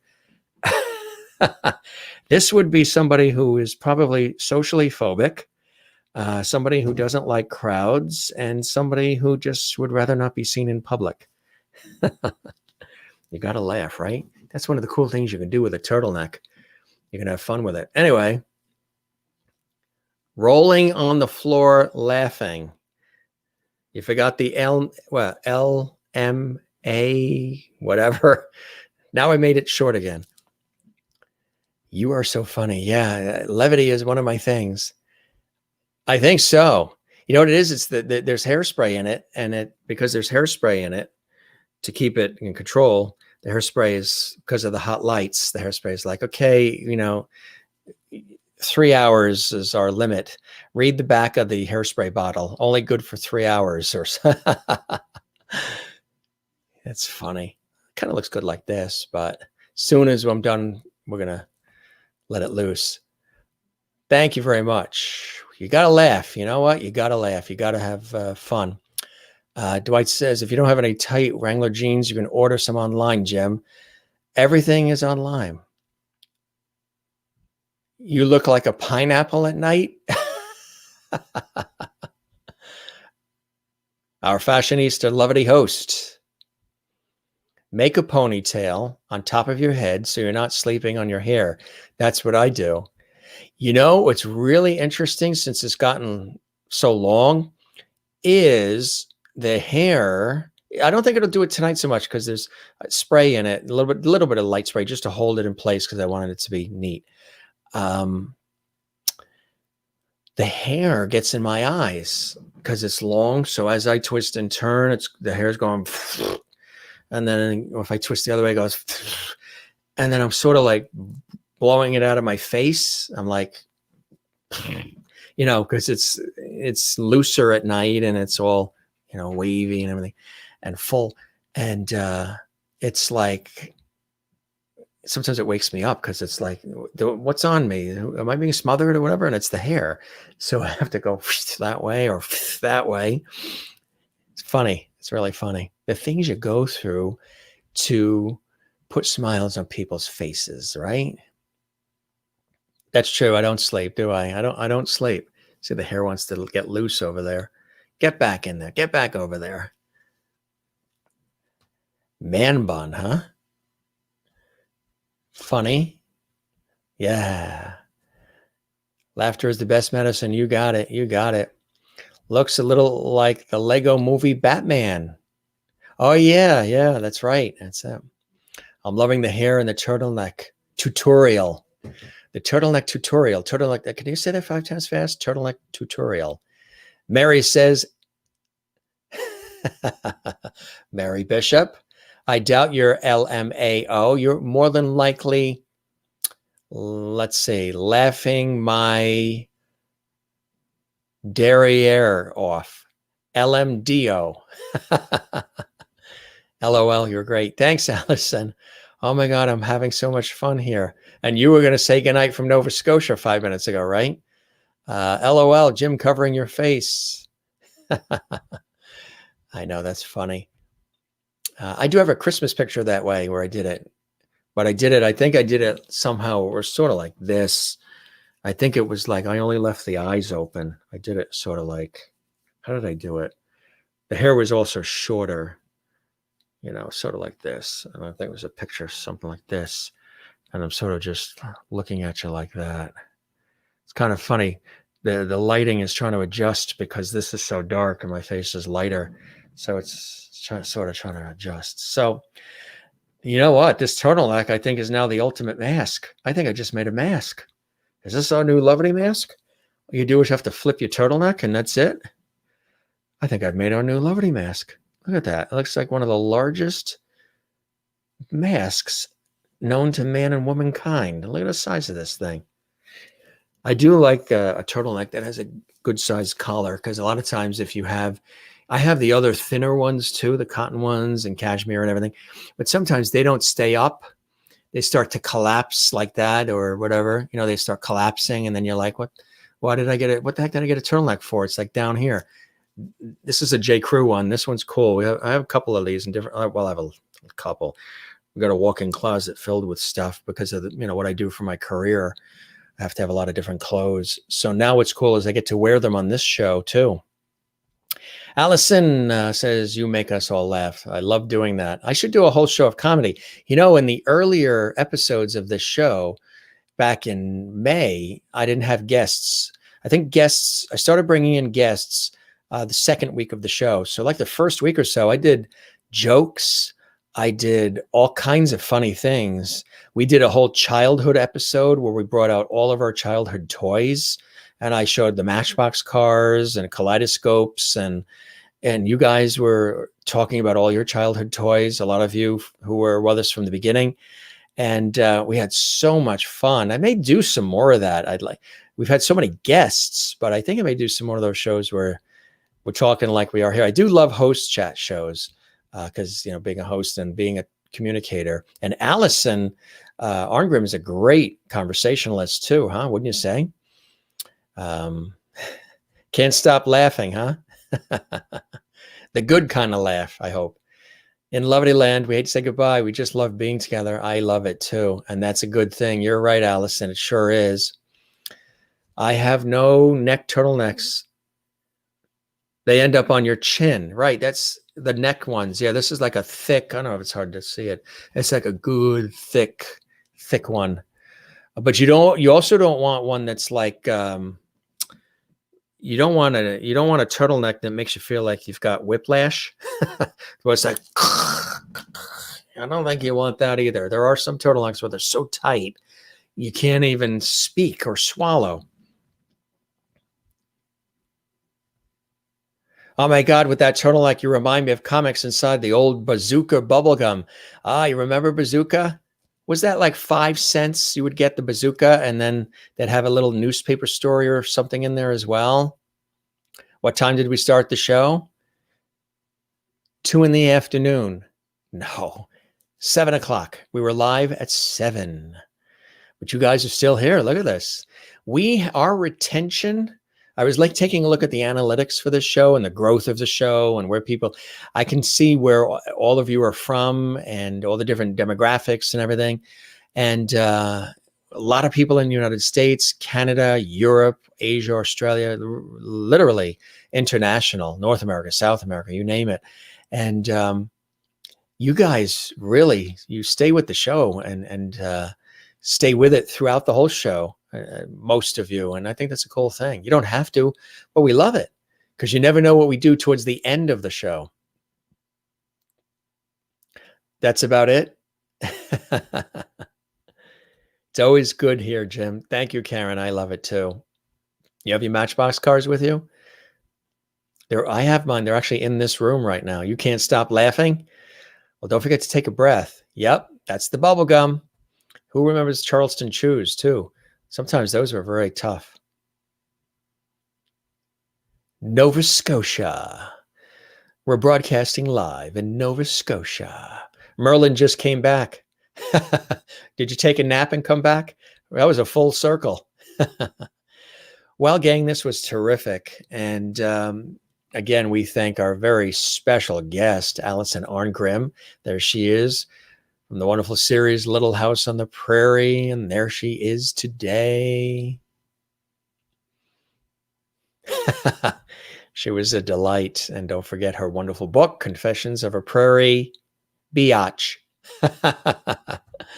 And good stuff. And you guys really enjoyed our guests last night, huh? Carlos and Alison Franzetti, the wonderful pianist. Alison Franzetti. Boy, we had so much fun last night. Actually, it was yesterday afternoon. If you missed that show, they played live. We had all kinds of music, video music, live music. And Carlos is a multi-Grammy-winning composer and performer. Alison, his wife, fabulous pianist, and so much more. They were great. And Stephen Chen, the cellist, and dear friend of mine, live and direct from South Carolina. He made it safely to Baltimore. He's back in school now in Baltimore. But he was terrific. He played live as well. And both shows, we were singing Christmas carols and everything. We're kicking off our holiday season together. Yeah, they were a great couple, weren't they? They were awesome. See you soon. Rest well. A hoot, absolutely. This just in, Jim Masters rocks. Thank you very much. I appreciate that. Hang around me. Yes. If you hang around me, you'll see that I try to make you laugh and try to have fun. Yeah, I try to make things calm, cool, collected, and fun. I'll show you the picture of your Matchbox cards tomorrow. You know where to find the picture. Yes, I do. I know where to find it. Both of those shows were fun. Well, you guys are fun. You guys are terrific. And don't forget, too, hey, the hair is hanging in. See, it's that turtleneck trick. It's tucked in the turtleneck. If I move too much, it'll pop out. Don't forget to relax, breathe, love one another, take care of one another, take care of yourself in the good days and the not so good days. Remember to relax. RELAX. Remember to relax. We try to show that whenever I remember to during the show. And of course, your friends are here saying good night. Jeannie is here. Very apropos. We were talking about Little House on the Prairie, and now here's our Jimmy Jeannie, huh? Jeannie's in the bottle, and she says good night to all of you as well. And of course, everybody loves when we show George Burns on the show. There's George. He's got a cigar. He's got a smile. People ask, what is this? This is actually the official George Burns doll. He's actually on a pedestal. And there's a box and there's a covering and this is a whole thing. This was my Aunt Lillian's. And my cousin Barbara gave it to me, and she gave it to me back in March before I started the show. And then when I started the show, I said, oh, let me show this. This is fun. So I took him out of the special box. He's supposed to be in this wrapper and everything, and we still have the wrapper, but I put him in the box, at night. And this is the actual certification and the story. This came out when he was 100 years old, and my aunt Lillian, one of my mother's sisters, got this doll. So it's a family heirloom as much as it is a hoot to have here on the Jim Masters Show Live, one of our cast of characters. And then, of course, the Gilligan story. Dream of Denver was a guest on the show, and she sent us Gilligan, Bob Denver, Aloha Jim, Dream of Denver. Very lovely. He had a good time. And, Alison talked about the Davy and Goliath bobblehead dolls. I don't know if it's Davy and Goliath or Davy and Sally, his sister, because I kind of looked like Davy, and my sister looks like Sally, and our parents look like the parents. I may have to get Davy on the set. Wasn't that amazing? I don't know if you guys knew that. I knew it, that Alison's mother, who was a brilliant voiceover actress and so much more, her father managed Liberace and was a big Hollywood manager, and her mother did many, many characters. And Alison's mother, if you joined us late, Alison's mother was the voice of Casper. Yes, Casper the Friendly Ghost, Gumby, and also Polly Purebred on Underdog, and Davy from Davy and Goliath, the claymation series, and many more characters. Isn't that amazing? Yeah, that's absolutely amazing. Jimmy's here.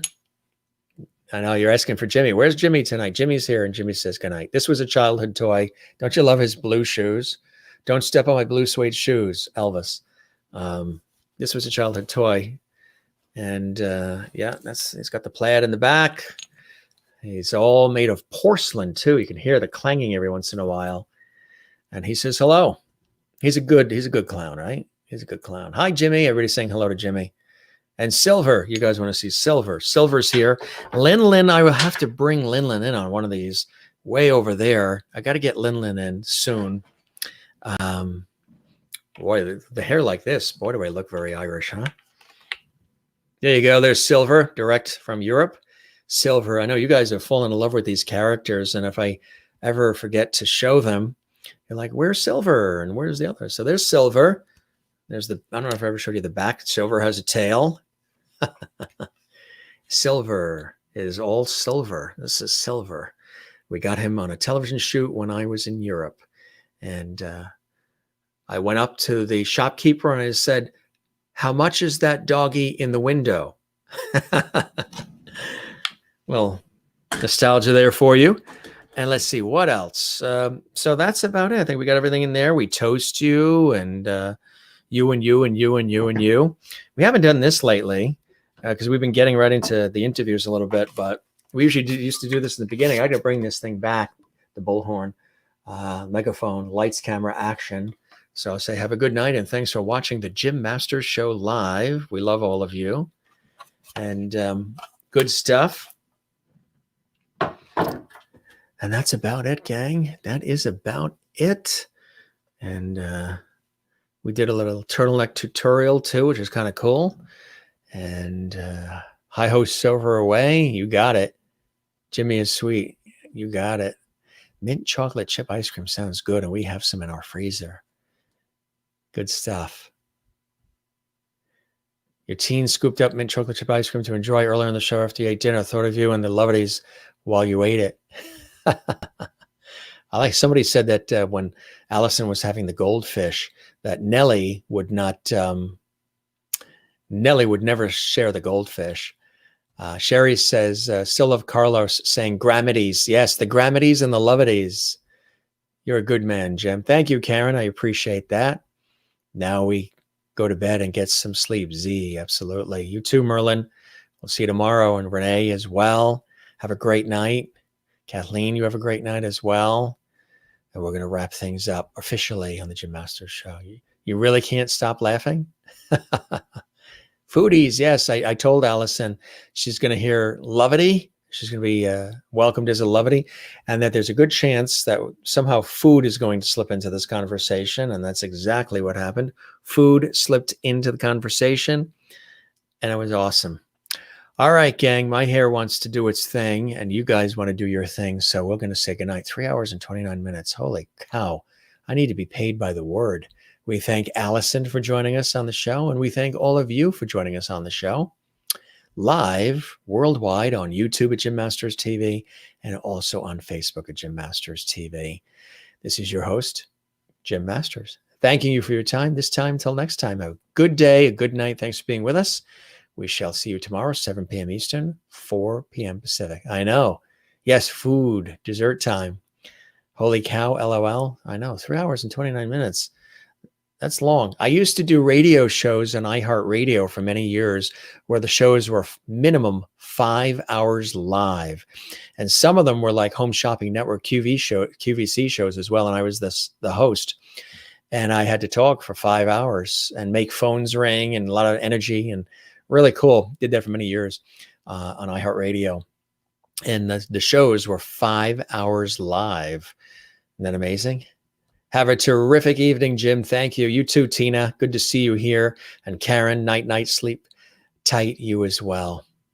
So for all of us here at the Jim Masters Show Live, thanks for all the time. Thanks for all the lovity. Thanks for being you. Don't forget to relax. Thanks for being so loving to our guest. She loved it. We loved it. Nighty night to you, Marilyn.